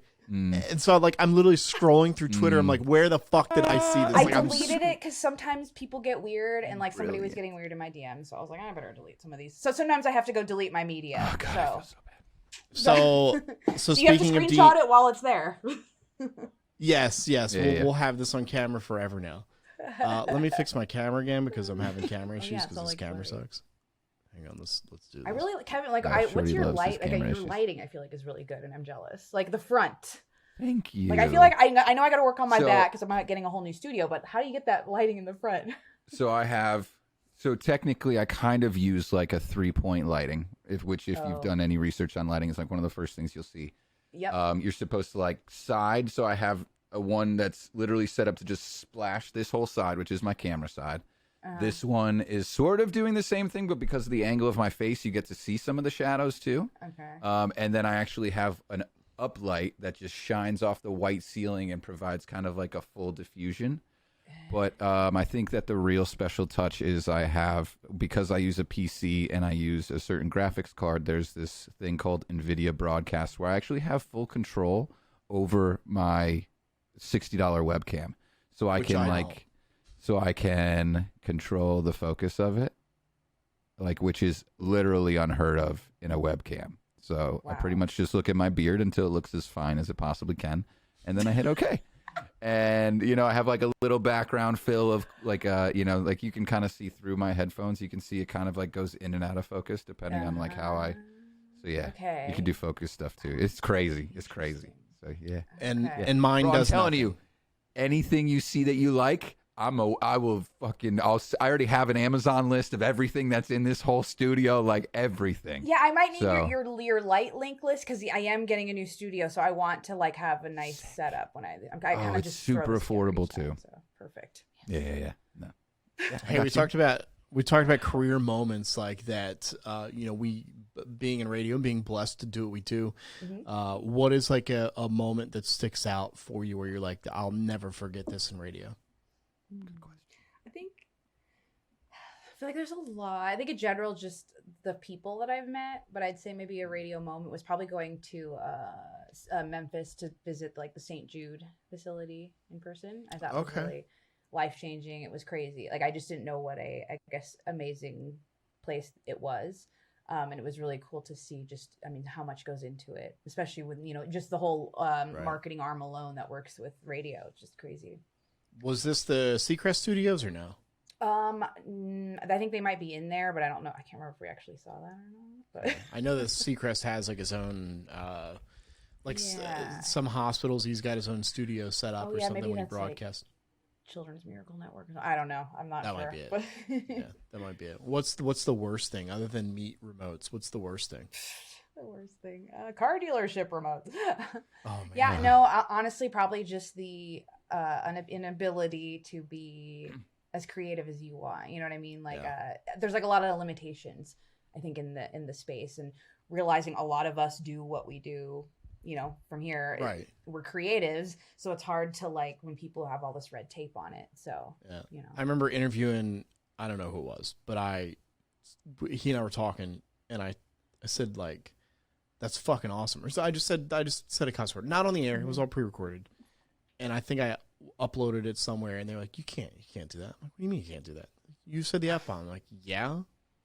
I was like, that's how we all talk today. Like, there's, like, I understand there's the FCC, and I'll never do it on the air, although I did say the F-bomb one time on the air.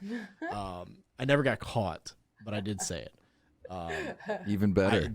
It was bad. Like, so I was in the studio, and I was like talking, and Marie, I went to like fire my Vox Pro, like so that it would play a phone, like a girl on the phone. yeah. And I was like, it's Hot 98.1, blah, blah, blah, blah. And I hit the button and nothing. And I hit it again and hit it again.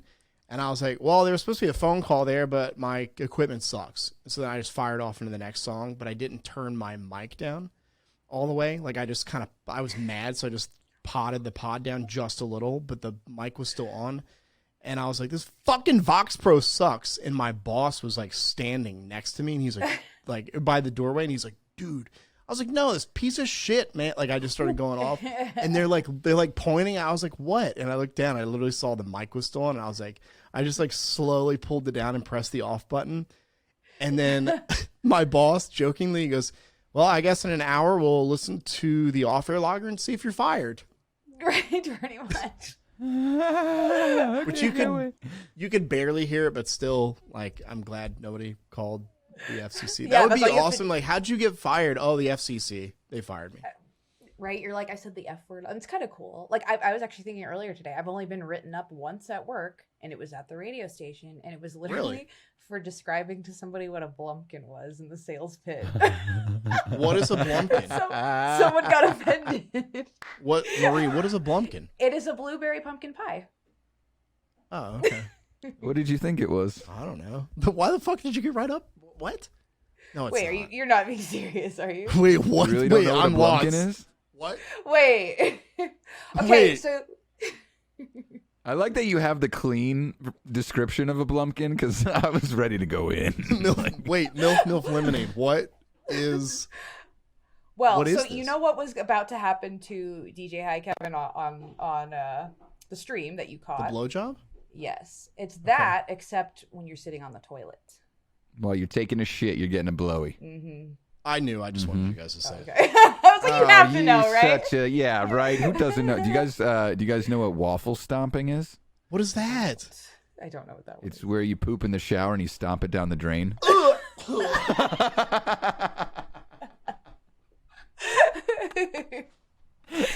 This is the kind of content I'm here for. That's a segment right now. We find like a dirty word that's really hard to describe, and people have to come up with like the best description of it. Ooh, Well, it's like it's a funny. clean one. It's funny because I clean description of a dirty word. I have one. I also want to say before I get to my word that I want to ask Maria and Kevin about. I don't understand Kevin's fascination with shit, and this is the reason why. Yesterday, I'm literally I'm getting in my car, and Kevin FaceTimes me. So I hop in, look at my phone, and he and I are talking on FaceTime while I'm driving down the road. Yeah, I fucking FaceTime and drive. Shut up. And so he's at an angle, and I look at him. I go, bro, what are you doing again? And I look up, and I see the trim on the top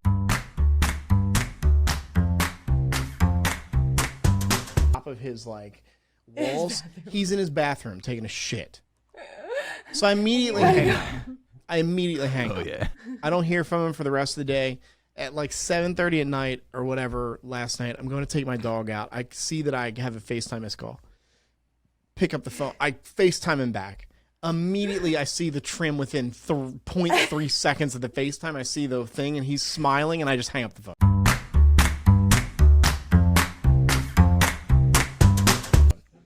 Oh, so is that what the photo was about this morning? I saw something about you pooping. He's constantly FaceTiming me about poop, which I don't mind FaceTiming Kevin. Like he FaceTimed me the other morning at like 2:30 with him and Teddy just chilling. Like I love his soon-to-be wife to death. She's like my sister, and I love talking to both of them. But stop FaceTiming me while your butthole is open. Clearly, you make him feel very comfortable. I don't want it. It's so funny though. I can't help it. I need I think you just both. poop jokes are funny in general. Like when people can talk about poop together, I think that's funny.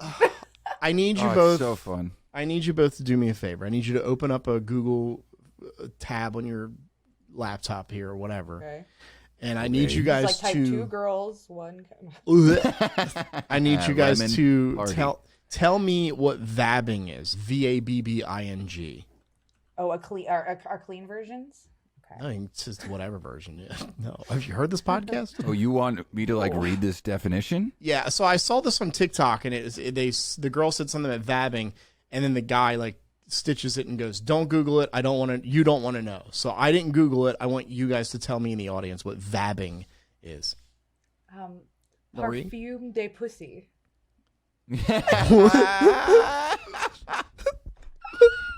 What? That's what. Perfume Le Genital. Wait, you're sticking perfume up the fucking what? Wait, No, did you already look? no, Oh, do you know what it is already? And you want to? You don't know what it is? I have not. No, I do not know. I've not okay. Googled it. So So we'll you have guys to- explain it to me. What perfuming the what? I'm curious what Kevin's it describes it. Kevin? I mean, I literally just Googled it, and it's like the definition right at the top. Vabbing is the act of taking one's vaginal secretions and using it as a perfume. It's like now, this is weird. pheromones, right? Yeah. People dab the secretion on various erogenous zones. Fucking word man over here. Such as the elbow? Is that it? Like you just slap a little pussy J on my ebo? Like, Listen, hold on. I understand people have their opinions about Elon Musk. I get it. Get me off this planet. Put me on Mars. I don't care. I'm ready. Just put me in a all I'm saying spaceship. is the weirdest people are going to go to Mars first. So. Now I wonder if there's a guy version of that where it's like the gooch water, like somewhere. Like Oh my god. Well, so here's the thing. Am I using my spank? Am I using my cheddar from under? right. Like what am I using? Just my ball sweat? Well, see, I feel like the spank is like I don't know if I feel like it has kind of a bleachy aroma. I don't know. if What it's- is I can't happening with say this I've show? ever been like, What is going on with is this that show? bleach? Why? Is that bleach?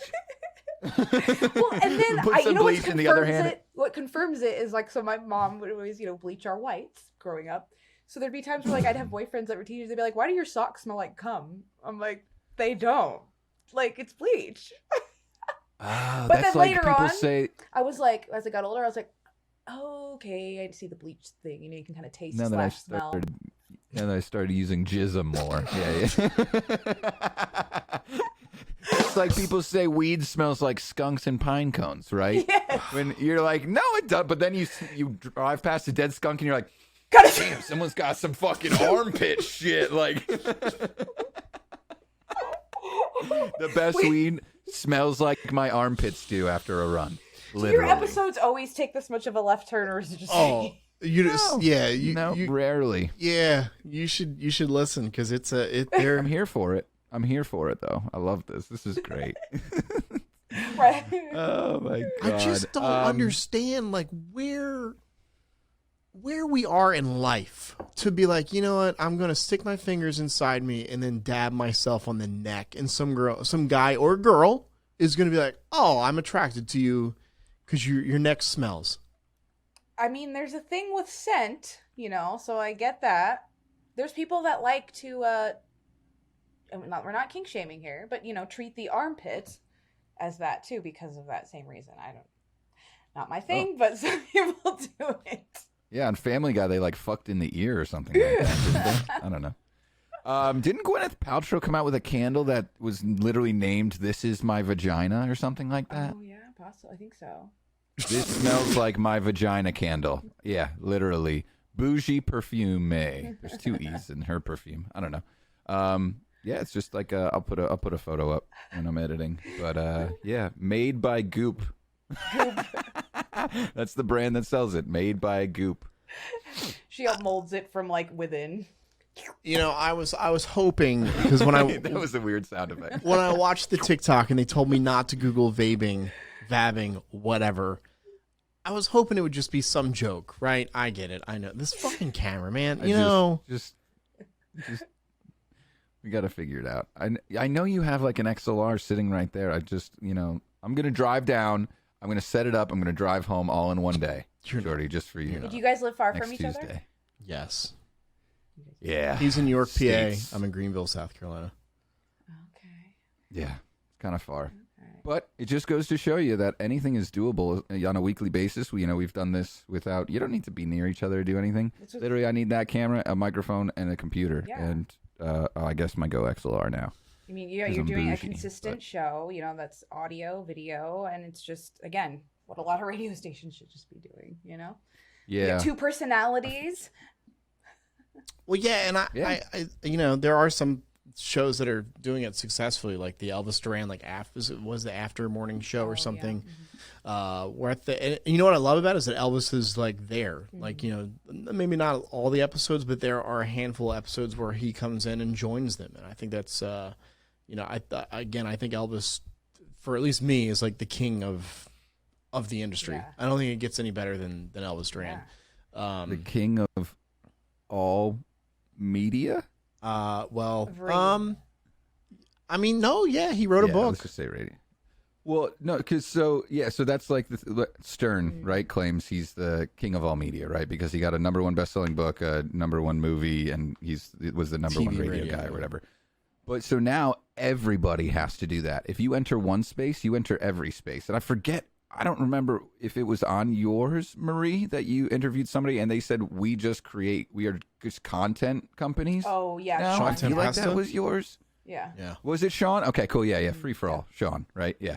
Okay. And that was like, that just hit home for me. I was like, yo, you have to do reels. You don't get to decide what you do and don't get to do. Yeah, you signed up to DJ, but now you want to be good at it. You want to like really continue to take steps forward. You got to up everything constantly. I think my favorite thing is that clip of Chris Cruz saying the part where, you know, because people, he's talking about, you know, as far as advertising, but when people look at it within themselves, but I like he uses himself as the example of saying, you know, by the time I'm done with this video, you're going to forget that I'm a wedding DJ. But if I put out content every week reminding you that I'm a wedding DJ, when you're ready for one, you're going to know who to call. Yeah. And it's like, exactly. Yeah. Same thing. You know, if you're looking for a morning show and you're on the beach, put out some content that every week that makes it look like you know how to do a fucking morning show, so then somebody will see it and call you instead of just waiting. Well, and I think too, like, you know, there are TikTok accounts where their morning show's still dancing, and that's what they think is content, and that's fine if that's what they want to do.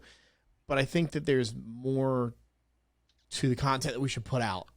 You know, I think that in find your lane. Like, we have a guy that we know, Nick Spinelli, who is a phenomenal DJ in our community, and he goes out and he does weddings, and he does like these quick mashups and mixes and scratches at weddings, and it's literally a 60-second video at a wedding. He's getting millions and millions and millions and millions of likes. He was on Barstool Sports, I think, wasn't it? A couple months back. So, you know, he found his lane and went, all right, this is what I'm doing. Like, this is working. And so, but before that, Nick was doing all sorts of things. Like, well, let me just throw this on TikTok and see if this is going to work or if this is going to work. And it's like with this podcast, like Kevin and I have conversations all the time. Even last week, I was like, all right, well, the Instagram feed, and if you don't know this, is changing to a more TikTok click kind of feel. And so the videos are longer or more wide.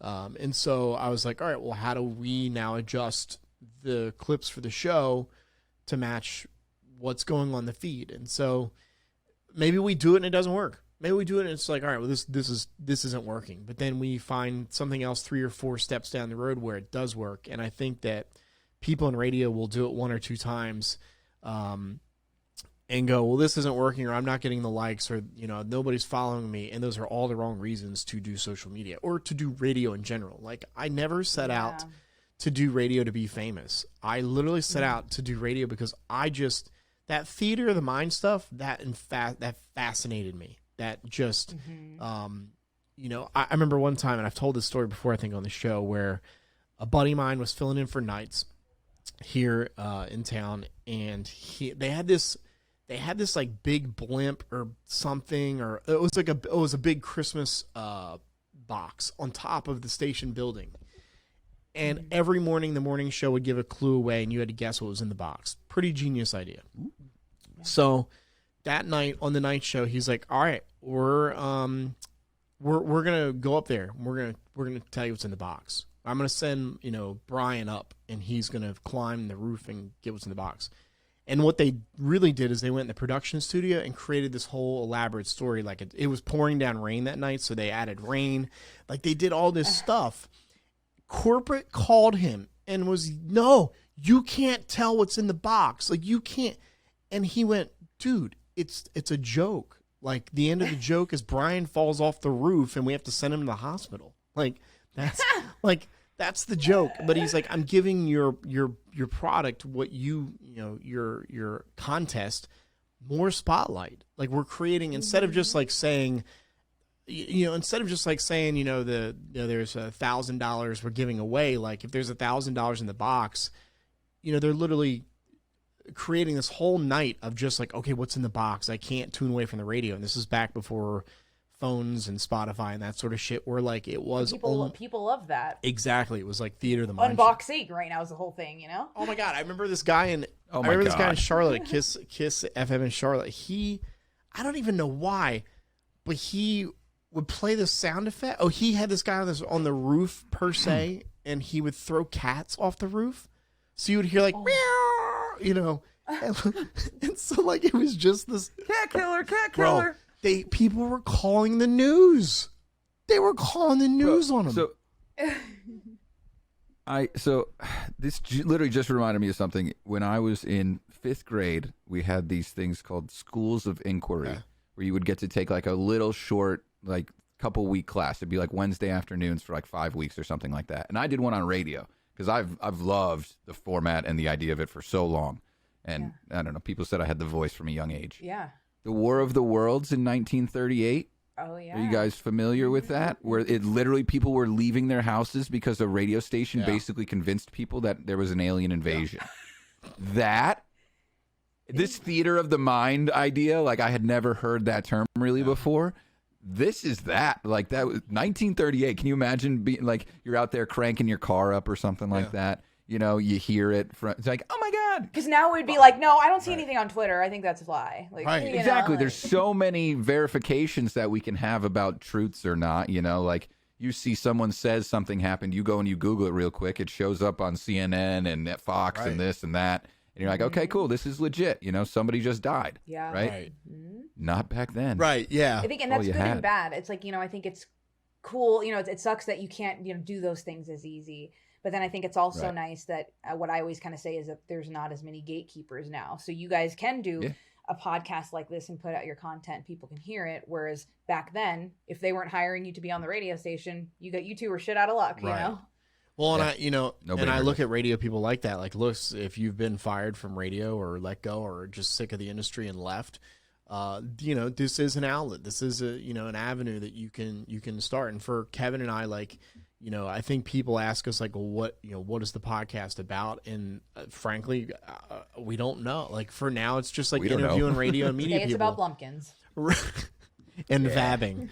I mean, and I've explained it kind of like this where, Joe Rogan, when he started his podcast, it was just him interviewing like UFC guys and comedians, right? And just, people that he knew. That's the world he knew. And now I think that if President Barack Obama was like, hey, I'd love to come on your show, like he'd sit down and have him. But it started out with what he knew and kind of grew from there. And so that's kind of what we're doing with this, where we started out with kind of events, weddings, the space that we know. And I know the radio world and want to kind of expand into that. And then, if I find some YouTube people that want to be on, like I'm obsessed with that media. I'm obsessed with, and you get to network within it. I'm sure that's how I feel. Like every time I have a guest on, I'm like, what a great way to network. And then I tell people that like, well, fuck, like if you're looking for a radio job and let's say you want a job in Houston, right? Go start interviewing every person in Houston. And on your podcast, they're likely going to say yes because they want to be on it. And then you're kind of giving yourself your own interview without realizing it. Because then now they're going to know who you are. Yeah, 100%. I mean, for us, like, we started this podcast at the beginning of the year. And we're going to a DJ Expo in Atlantic City where they've now asked us to be kind of some content creators for them. And it's cool. It's like contributors. We're going to use the word contributors. Content contributors. Yeah. Hey, but you had to create it, but I get it. Either way. Step in the door. That's all. It's you don't have to dive headfirst through every single door and like knock it down. There's some people that definitely do that.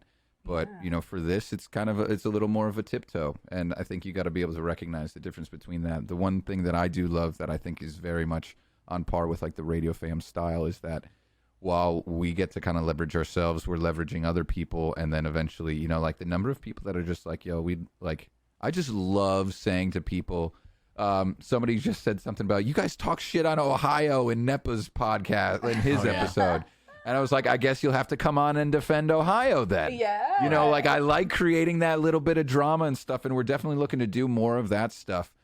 With that kind of being said, I hate taking up, like everybody's entire afternoon, and I know you have somewhere to go eventually. Me? Marie. Oh, I'm good though. So if you guys want to keep talking, I can go. Well, I'll be honest. I had a 2.5-hour episode last week to edit, and I almost put a drill like right in my ear, and then just pulled the trigger. I love it. I love it. I do love it. But like, and so the thing is, like, you got to keep loving it. I don't really want the choice to like be like, no, let's fucking end it because I don't like editing. Never, ever, ever. But Marie, who would you, out of people that maybe you have interviewed or haven't interviewed, who do you think would be a cool person to have like an hour space on here so that we can kind of start to touch more on the radio side of things? Because I don't know shit about shit when it comes to... I literally texted Shorty. I was like, can you take point? Because I don't know shit about shit. Oh, wait, like other people that would like come on and like... Yeah. Talk, like who would you like to be like, they were a good guest on the podcast, or I would love to have them, but maybe like your timing or whatever, anybody. Oh gosh, I mean, there's a few. Who do you want to give a plug to? I know, I'm trying Can to we think. get a Radio Fam Shitty Radio Jock podcast, like a little episode? Can we get that going? I don't know. We'll see. She can't do that because she'd have to be on both sides. Oh, that's 'Cause she's true. both people. Yeah. You'd have to have 2 cameras.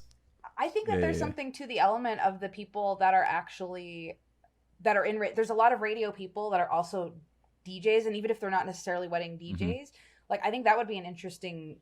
I think because they integrate so well. So I just had Ryan Smetzer on last week. And I know he's kind of Mr. all over the place. I know. He is. But like he can talk both worlds, you know what I mean? Chris Cruz, I know you had on, could talk both worlds. There's another guy like DJ Clinto who can talk both, and I know that they kind of all inspire each other because I know he's had days where he's like, these events are a lot, but then sees other people like you guys doing stuff, and I think that kind of fuels it. So I can send you a list of like some people. That'd be awesome. Like, you know that but, Smetzer and otherwise everybody's pretty cool. Smetzer and I are actually in the same market. Yeah, like I didn't realize that you guys all knew each other. Like it's crazy when I like learn, because then you guys know Chris Cruz, and like it's so fun how it is like literally like this like family, and I love it. The world is just getting so small. It's almost like the Radio Fam. Right. Sorry. I'm breaking everything. Hey, who are the top? Okay, so I'll ask just kind of one more question. Are we doing? We're doing what the wish and dad jokes. Yeah. And then I want to ask you both really a quick one after that. Oh yeah, sure. Okay. Who are like? So like for me, growing up, I think we all had our DJs we looked up to in the radio world. Who are your like top guys or girls that you looked up to, like that were on the air or even still today? Where you're like, I adore them. So it's hard. Like it's if I go all the way back and like who like maybe like interested in listening to the radio. I mean, you can answer multiple. Yeah. I mean, the person that made me interested and I thought like radio was really cool. I don't know if you ever heard of a guy named like the T-Man. He was based in Seattle, but he was like it was a raunchy morning show. It was very like, it was T-Man and Terry Free in the morning. It was on the hip hop station, and they were just very out there and very like, knowing me now, like it's like, oh yeah, that's very fitting that's who you would listen to. That was like up there with Tom Likas and like a shock jock. So, and I was just like, so I think that was the first one that really resonated. Like I really loved the station. I thought it was so cool. Like my parents, would go, they were young enough to where they would go like to their club events. So one time they went to foam dancing out one time, and they brought me a t-shirt that had Cube 93 on it. And then I get to, and I was all excited to wear it to middle school because it was like 5th grade. So I go in to wear it to middle school. But at that point, apparently that's when like alternative became popular. So I come to school with my Cube shirt all excited, and they're like, Cube 93 fucking sucks. And I was like, you suck. By that point, apparently everybody listened to The End and KISW so it was all alternative music. So. I love people have to be the opposite. That's the big one. It fucking sucks. Like, shut up, man. You listen to the same fucking station. It's on your presets. Stop talking. And right now, it's more of so it's like I wasn't like a big listener. Again, I was more paying attention to who was doing what on social media. So now I'd say, it's been Carla Marie and Anthony. Like I was a later fan of theirs. It's not like I was somebody who listened when they were on Elvis and them.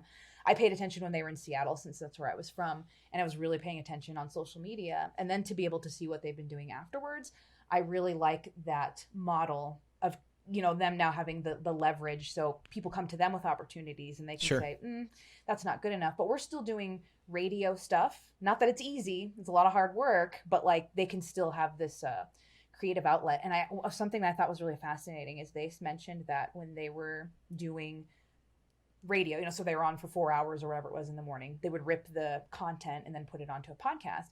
And they said that when they would rip that all between the songs, that it was only about 40 minutes of actual content within that 4-hour window, and they'd be exhausted. Well, now if they get on Twitch, which is 3 days a week, they'll go, a little over an hour. So it's an hour and a half of content of one show. Yeah. So they do, or, an hour and 15 minutes in 1 hour, where versus 40 minutes within 4, like, right. And so you're just so exhausted just sitting there listening to songs to play by, Right. Well, I think that, the 7-second intro DJ, I mean, that has to change. I'm not saying you have to talk for, 5 minutes, but I mean, Kevin, so I don't know if you know, toward the end of my run in the afternoons, we used to do Dad Joke Thursday on the radio station. So every Thursday, Kevin and I would do jokes. And I mean, we would talk for 2.5, 3 minutes, like just dumb, stupid boys. Like we were just dumb, stupid boys. And I asked my PD one day, I'm like, are you okay? Like, what are your thoughts? And my boss and I have known each other for a very long time. And he said, look, nobody's said anything to me. Corporate hasn't said anything.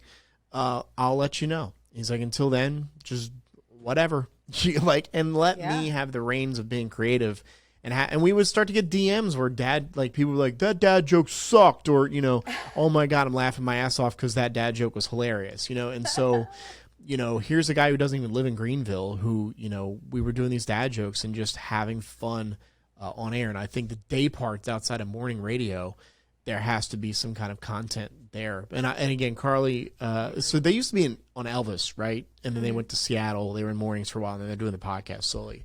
Which, again, that's a huge just, risk to be like, all right, well, fuck it. We're going to go in on this podcast. And the content, the digital aspect they're doing, it's all great. I'm watching. It looks really good. Yeah, yeah. Now, I'm curious, I always like to hear both, because even, we're all about the age that we obviously, all listened to the radio at some point. So I want to hear, each of your stories of, kind of your first memory of, radio or, or a radio show. I don't know, in the media world. That's a really good question. I mean, I can go. Mine was actually talk radio. It was WTIC AM 1080 in Hartford, Connecticut. That was my dad's only preset station. He did not listen to music in the car. He just listened to that. My favorite was the Sunday morning tag sale. And we would literally, I don't know what it was. Sunday mornings, my dad would be taking me to hockey, mad early in the morning, and that's what we would listen to. And really? yeah. Your dad fall in love with that at that point, wanting to do it. I just let the guy said, "Hey, it's a Sunday morning tag sale," and and I was just like, this guy's voice is I'm 4 or 5 years old. Literally, I have my gloves on the ride to practice because I'm like, I can't wait. I don't even sweat. I'm so young. And I got to listen to talk radio. But the Sunday morning tag sale, and so was your dad like Stern's dad in the movie where he's listening to the radio? He's like, "Shut up, sit down, you idiot." No, he was literally the one that put it on. I think at one point I probably wanted to listen to music, and then he put it on. Yeah. But yeah, my dad had pretty major influences on everything that I listened to. From loved the Beatles. I'm a big Steely Dan fan, all because of him. So yeah, Kevin's dad is also a huge listener of this podcast, by the way. He is, and so huge that we just keep this photo of him here ready at all times. That's my dad. That's actually his name on Twitch is Hi Kevin's Dad. Oh, is it so perfect? Yeah, because I'm Hi Kevin, so he's just like, yeah, Hi Kevin's Dad. I guess that'll work. What was the station again, Kevin? 1080, WTIC. WTIC. I wish I could be a radio voice guy. That's what I wish I had the balls. Voiceovers. Literally the balls to do, so I could have that Dave Fox voice. Anybody can. Compress what was your early memory, Shorty? I remember being probably around Kevin's age, 5 or 6. For my birthday, my dad got me. Huh? You said around. No, when I was 5 or 6. Oh, okay. Oh okay. My God. Fucking jerk. Thanks for ruining the story. When I was 5 or 6, which was around the same time Kevin had his memory, My dad bought me like this dual cassette tape, radio. And I don't know. I just remember like the first station he tuned it to was like this country station here, 92.5 WESC. It's been around for 50 years. And I don't know what it was, but the same thing with like Kevin, the DJ's voices and just like hearing them talk up the record. I don't know. It was just this, that was kind of like my, okay, that's kind of cool, even at that young age. And then I remember being probably 8 or 9 and I was in Boy Scouts, and the Boy Scouts took a radio station tour of another country station here, Whistle 100. And I was, I think, hooked by then. I was like, okay, because like you get to see them. I remember back in the day, they were like, you guys want to record, saying hello to everybody. And they recorded it on the reel-to-reel. And then when we got back in the van to go back home, they played it. And I was like, wait, what? I was there like 10 minutes ago, and now I'm hearing me here. Like I was like just, blown away. Like it was that theater of the mind thing of like, the listeners all think that I'm there right now, but I'm literally in the car. It was like listening to voice tracking for the first time before you knew what it was. That's so funny.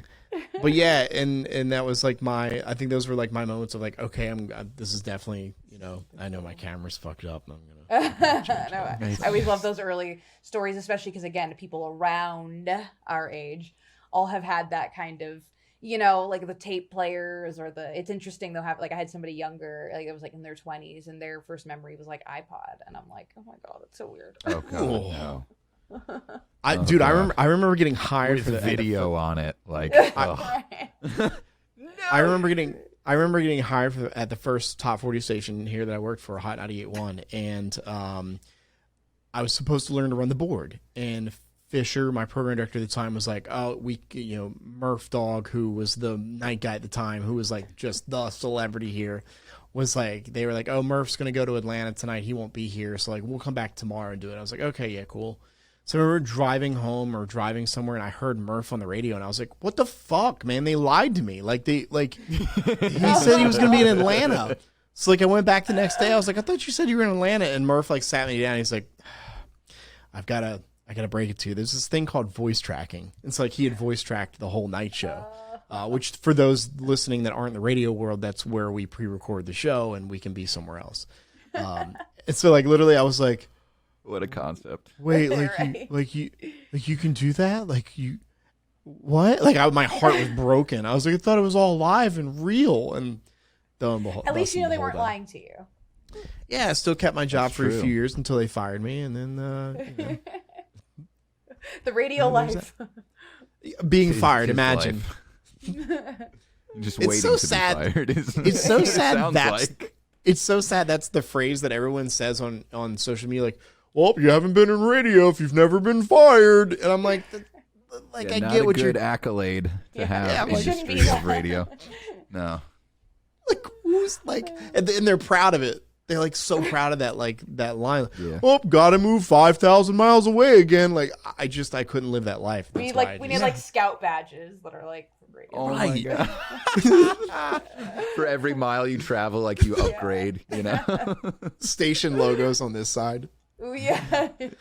All right, so we do this segment on the show, Marie, called What the Wish Is That? Every single week, Kevin finds things off of Wish.com or websites like Wish, and we basically let you guess, Marie, what the wish is that? Kevin, take it away. And that's our What the Wish music.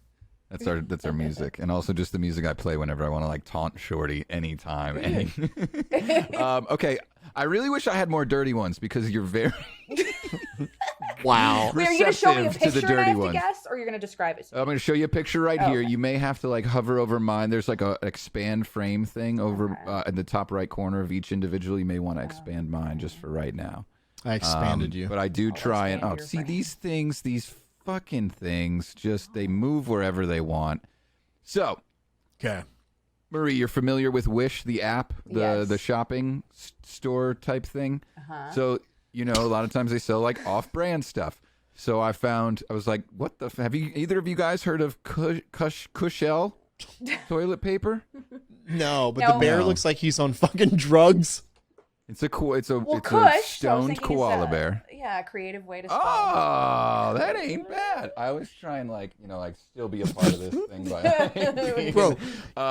Can we focus? Can you zoom in on the koala bear that looks like he's on LSD? What is his eyeballs doing? I think, I gotta remember how to do this. Hang on. I think there's 2 bears, but not that.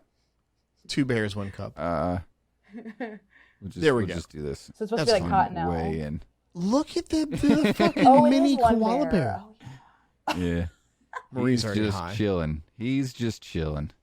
Well, she's got Kahlua in her coffee. Who knows what else she's I had some of the Kush So every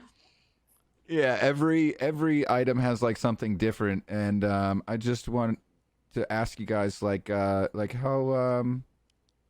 big do you think this is? Like the roll. It looks. Yeah. It looks like it's palm sized. Yeah, it looks like it's in somebody's hand. Oh my God. It's literally in someone's hand.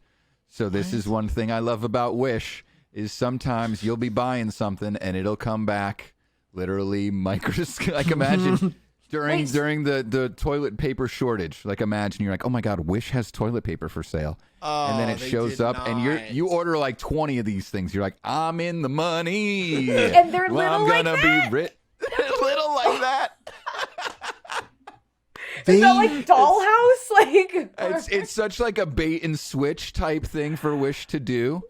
But I just like this. If this isn't Wish, the app, like Shorty wants to talk to the audience. Yeah. Hang on, go ahead, Shorty. What do you want to say? No, I'm just staring into the abyss because I can't believe somebody would be like, "Hey, let's fuck people over during the toilet paper pandemic and sell them gerbil-sized toilet paper." You Bro, put people one on were wiping with finger, sandpaper. Like the bugle, like... Oh my God! The motion that Marie just did, I can't even. This one, like Marie, what was that? I'll tell but you knew what, exactly what I was talking about. Your finger will never go through the toilet paper if you have an entire roll on your fingertip, though. So that's pretty cool. That's right. True. I mean, I guess if you want to be there. vabbing at the same time, that's the toilet paper they use. See, so you little just dip vabbing and dabbing and yeah. I don't know where you put it. Oh, see, yeah, you put it on, and then it's like it's and then you can save some for later too if it runs out. Yeah, Marie is actually vabbing on the show live right now. You just can't doing it live in front of. There's our headline. It's a weird smell. Marie from the Radio Fam vabs on. Okay. Nope. No. For the full Next. clip. For the full clip. Full clip. All right, this looks like the little things you put on the door for like the magnets, like to keep your like cabinet doors shut, right? Yes. So the metal end would go on the door, the little plastic end would go somewhere else. Okay. The metal end would go on the door, and then the little plastic piece would go inside of it. You may have seen this on like old record cabinets and stuff. Yes. It makes that super satisfying click noise. Yeah. Yes. Oh my God, that's really the only reason I put this one on. They sell I was this? like, so yeah, they literally sell these. Like they're selling the sound of nostalgia. Like, sometimes you say like, I can hear pictures. Mm-hmm. Yeah. Like this is one of them that you can literally, I don't know if it was like what How cabinet could you it was tell on. That was from? Like, I feel like, I don't know. Well, like so I wouldn't have gotten there, I don't think. like, hang on, then this. Oh. So you can see. So there's the thing. It's like I don't know. You guys can't see my mouse, but you should put so on you can some buy. of those in like around your room. I want to now. I actually would love to do that. It's a 2, 4, or 6-piece magnetic door latch catch cabinet hardware fittings for cupboards. Who says cupboards? Like who even says that? Drawers, closets, brown / white. Like who and who comes up with the title? They're like, all right, I want you to make one run-on sentence. That's what I need you to do. Well, how many pieces are there? I don't know, 2, 4, or 6. Just put something down. 2, 4, or 6. An even number. Like what color are there? I don't know, brown, white. Just write something. Just write it all down. Just write it out. What do we call the thing? I don't know. Cupboards, drawers, closets, whatever. I can say I've never seen this one specifically in white, but I specifically remember literally on the same record, like it had every piece of audio equipment my dad had in it, the record or the cassette decks, the CD, the 6 CD changer. What a revolution that was at one point. Like, yeah, but you had to go to your trunk and you had to, I can't do that at a stoplight. No, I mean, it was so dumb. In the house. Oh. Yeah, the 6 CD changer in the house. In the trunk. That is a flaw. And when you would put it on shuffle, it would take forever to get, because you so it would shuffle the next one and then play. Oh god, and you could hear it. Yeah, you could hear it in your trunk, like it was the loudest. What's good though? When you run back to your trunk, you can take a swig of vodka and then just leave it there, and then you can jump back in the driver's seat and keep on keeping on. I gotta put my Sum 41 disc in. Hold on. All killer, no filler. All right. Do we have Bird. What the fuck? Oh, I need one of that's to trim the dog, isn't it? I think they help you trim. It's to do just about anything with pets. So there's a cat version as well, which Marie, you're a pet owner? Yes. Dog. Yes. So I'm guessing you have a dog. Dogs. Yep. Okay, there you go. Yeah.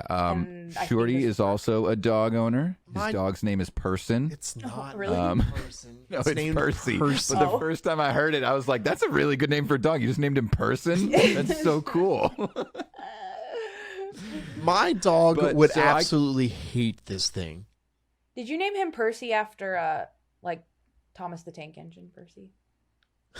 That is a good guess. I usually Percy get green. He was green. Oh my gosh. Yeah. I usually get Percy Jackson, but that's not Percy Jackson. He was already named Percy when I adopted him, so I just kept him Percy. Oh, adopt, don't shop. Yeah. Cool. Or did I shop? No, I shopped. I didn't adopt. That's actually what I did. You did. Sorry. Man. Well, now I can't say anything good about you anymore. Mine's adopted. Okay. What kind of dog is it? I need one of those. A terrier, a Shih Tzu. I'm surprised that adopting you actually are able to know sort of the breeds. Yeah, I mean his is pretty obvious. A Shih Tzu. He just looks like a fucked up kind of Shih Tzu. But he's cuter. There you go. There you go. So I've had dogs in my life. I've had Goldens only when I lived at my parents' house. Oh, okay. I always felt like I would be basically mistreating it if I had one now, especially just, with my schedule as a DJ, Shorty being a business owner. He has a little more time, so you can understand that. We have 2 cats, and the last time I tried to give my cat a bath, he literally ripped the entire inside shower curtain to pieces.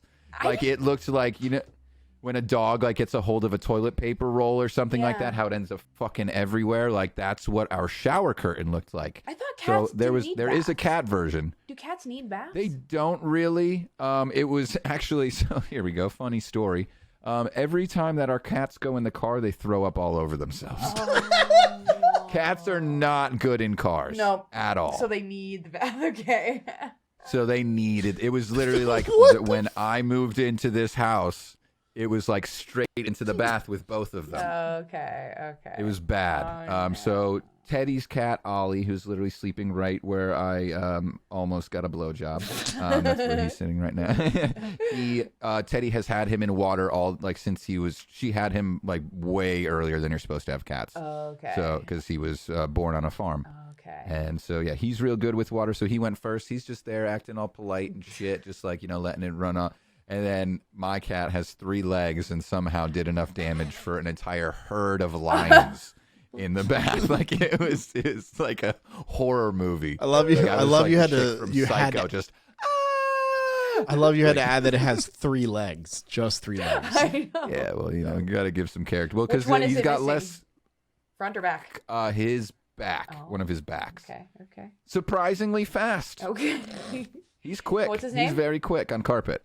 His name is Nox. Oh, okay. It's Latin for night. It's not like tripod. Dark, kind of. Oh God, no! No, that's my nickname.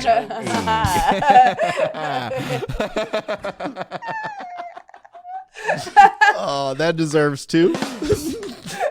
What a segue into dad jokes, everybody. I hated DJs that talked like that. Hey, everybody, don't forget this afternoon we're going to be down there at the blowjob store. We do. We make fun of that voice more than just about anything gosh. on this show. Hey, everybody! Thanks so much. The weather is a cloudy, 84 degrees Fahrenheit, mostly cloudy, a little sunny. Make sure you check it out before your evening commute home. Which, by the way, we're going to send it back to Shorty for the music for Dad jokes. That's right. The weather brought to you by gamer-fuel.com. Use gamer-fuel.com. Use promo code DJ Hi Kevin to check out. Receive 198% off. No, stop saying that. I did get my first person, though, so whoever it was, let me know, and I'll send you something special. We are sponsored by gamer-fuel.com. Seriously, you can use the promo code DJ Hi Kevin at checkout. You do not get 198% off at checkout, but you do get some off. So visit gamer-fuel.com 15 off. And use DJ Hi Kevin at checkout. Hey, it is Dad Joke. It is my turn for the music there. Holy shit, that was loud. Sorry. That was. And I've been told that Marie also has her own joke to tell. Is that correct? I mean, I submitted one into the thing. Yeah, we'll As requested. Do you remember what it was that you submitted? all right. So it's my go-to. Would you like? Yeah, Would you like to tell it? do you want to go first? Oh, me? Or would you like to go last? I'll go first because Okay. it's not that great. Okay. How do we just... Marie, it's time for dad jokes. What's your dad joke? What do you call a masturbating cow? I don't know, Marie. What do you call a masturbating cow? Beef stroganoff. I love that one. Oh, that's a good one. Actually, I have one today, too, but Kevin, I want you to go next. You have one too, Shorty? Okay, well, I want to tell just a quick story about Marie's joke. My buddy has this line of beef jokes that he tells, and he's like, what do you call a cow with only 2 legs? Lean beef. What do you call a cow with no legs? Ground beef. And then I think he normally tells that one right after. And it's like a very quick he'll normally do it like while he's in line waiting for coffee. He'll turn around and just like handcuff that person to him, and he'll tell this line of jokes. But he did just have his chest cut open and had something done inside. I forget what it is, so I just wanted to shout out my boy. Yeah, Baron Von Fancy Pants is his name on Instagram. Okay. So, yeah, Hi, Baron. I want to tag him in this and send it to him at some point. Baron. But anyway, so BARONVON Fancy Pants, and he really likes to ride bicycles. Okay, well, so then we normally do 3. So Shorty, I'll let you bring in the third one, but that means I'm gonna tell my better joke. This is it. A teacher is doing attendance, and she comes across the name, and she reads it, and it's HIJKM. And she's like, I'm sorry, I'm not really sure how to pronounce this name. Then she spells it out. A girl raises her hand, and she says this. That's me, and it's pronounced no L. Oh my god. HIJKM. Oh, that's like... No Oh, by the way, we L. rate the dad jokes, Marie, on a scale of 1 to 10. 1 being the worst, 10 being the best. I give Marie's a 10. That's a other than Jen's daughter's joke. That's the highest. Marie, you could just tell how excited she was to tell that joke too. I Like, just wanted to say it. yeah, she's good. Marie, your rating for Kevin's so great dad joke you just told there. 7. What? okay, I'll take a 7. I'll take it. Shorty, just because you don't understand it doesn't I make got it a bad it. It's joke. just so fucking I got it dumb. right away. No, it's the dumbest. Isn't that the point of dad jokes? I give it a 4. Yes. Yeah. Okay. You want to tell another one The to best redeem part yourself? about dad jokes is if they're bad, I win. If they're good, I win. You want to tell another one to redeem I'll yourself? tell another one. then I'll I'll tell tell another one. I had a feeling you weren't going to like that, so I have another one. It's called... what? What do you call a girl in the middle of a tennis court? What do you call a girl in the middle of a tennis court? Marie, any guesses? She's thinking. She's thinking. No, I don't think I know enough tennis terms to... A ball handler? That's actually, I think, exactly what I said when someone told me this joke. So this joke comes courtesy of the Tony Pre from the Hot Cues podcast. What do you call a girl in the middle of a tennis court? A net. That was good. I think you know that tennis term, Marie. I wasn't gonna like poke fun at that, but that's probably one of the terms you do know. Yeah.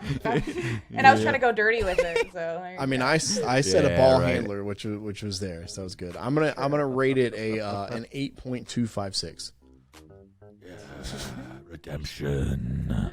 Marie. Yeah, it's 8. Okay, that's good. Cool. All right. I like Shorty more. He rated me higher. Sorry.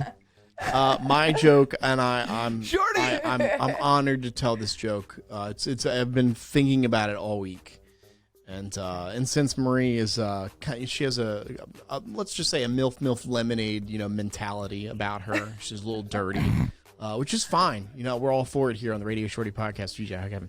We appreciate it. My joke is what has 128 teeth and holds back a monster.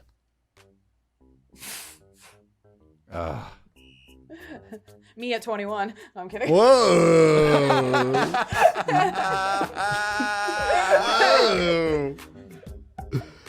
That's Marie's guess. Kevin, your guess? I know it. Do you? I do know it. All right. Dude, I've told dad jokes for like 3 years. Marie, the answer No. is my zipper. That's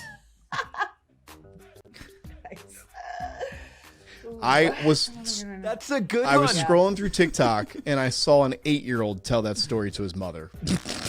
And I was like, okay, I'm gonna steal this from this 8-year-old kid, and that kid's probably grounded for life. No, that kid got grounded, but got the most laughs and is now addicted to telling dirty. Oh, he jokes. has like 5 million likes yeah. on TikTok. Yeah, he's Yeah, it's game it's over worth now. being grounded. That kid is an entertainer now.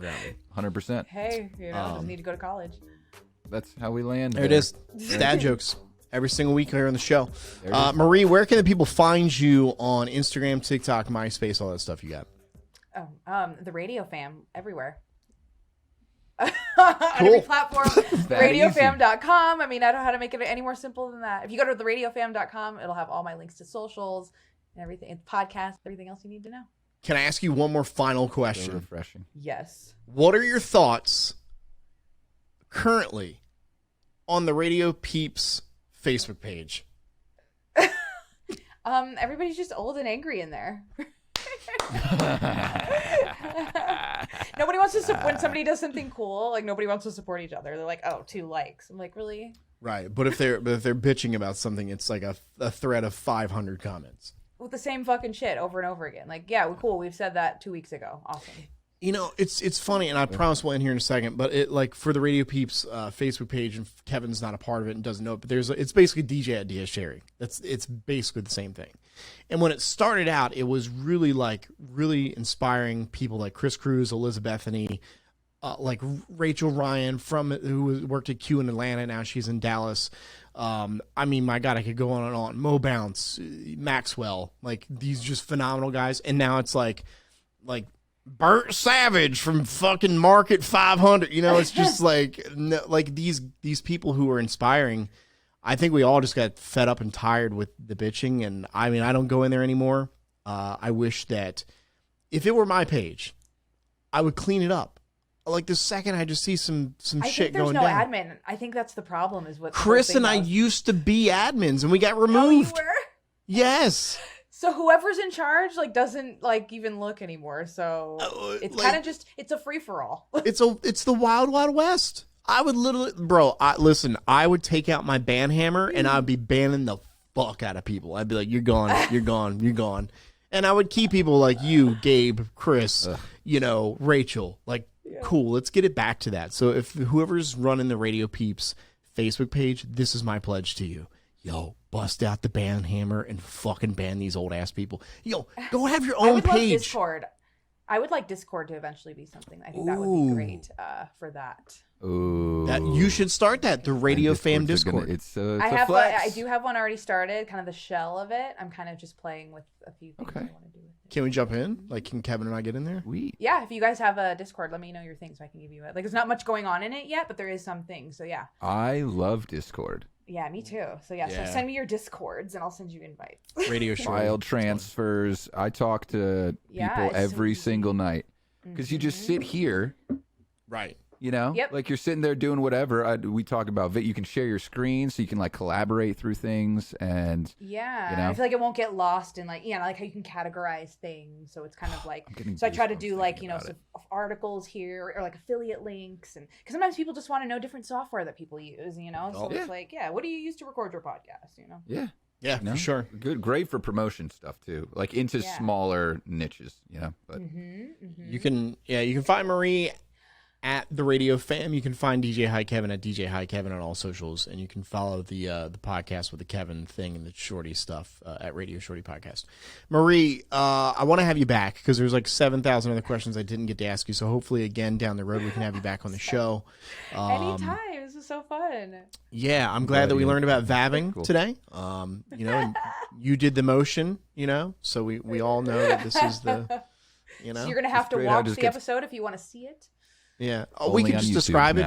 It's Marie's hand going down to her no area. So that's just kind of what it is for those that are listening. Stay out of the no zone. Kevin, any final thoughts, buddy? No, I want to end this. No, not from me. Not from me. I my eyes are tired from laughing. I don't know how that works, but I've had a great time. Thank you for coming, Marie. It's not yet. Oh shit! I have a meeting later. Nope, can't. I could. Please remain seated.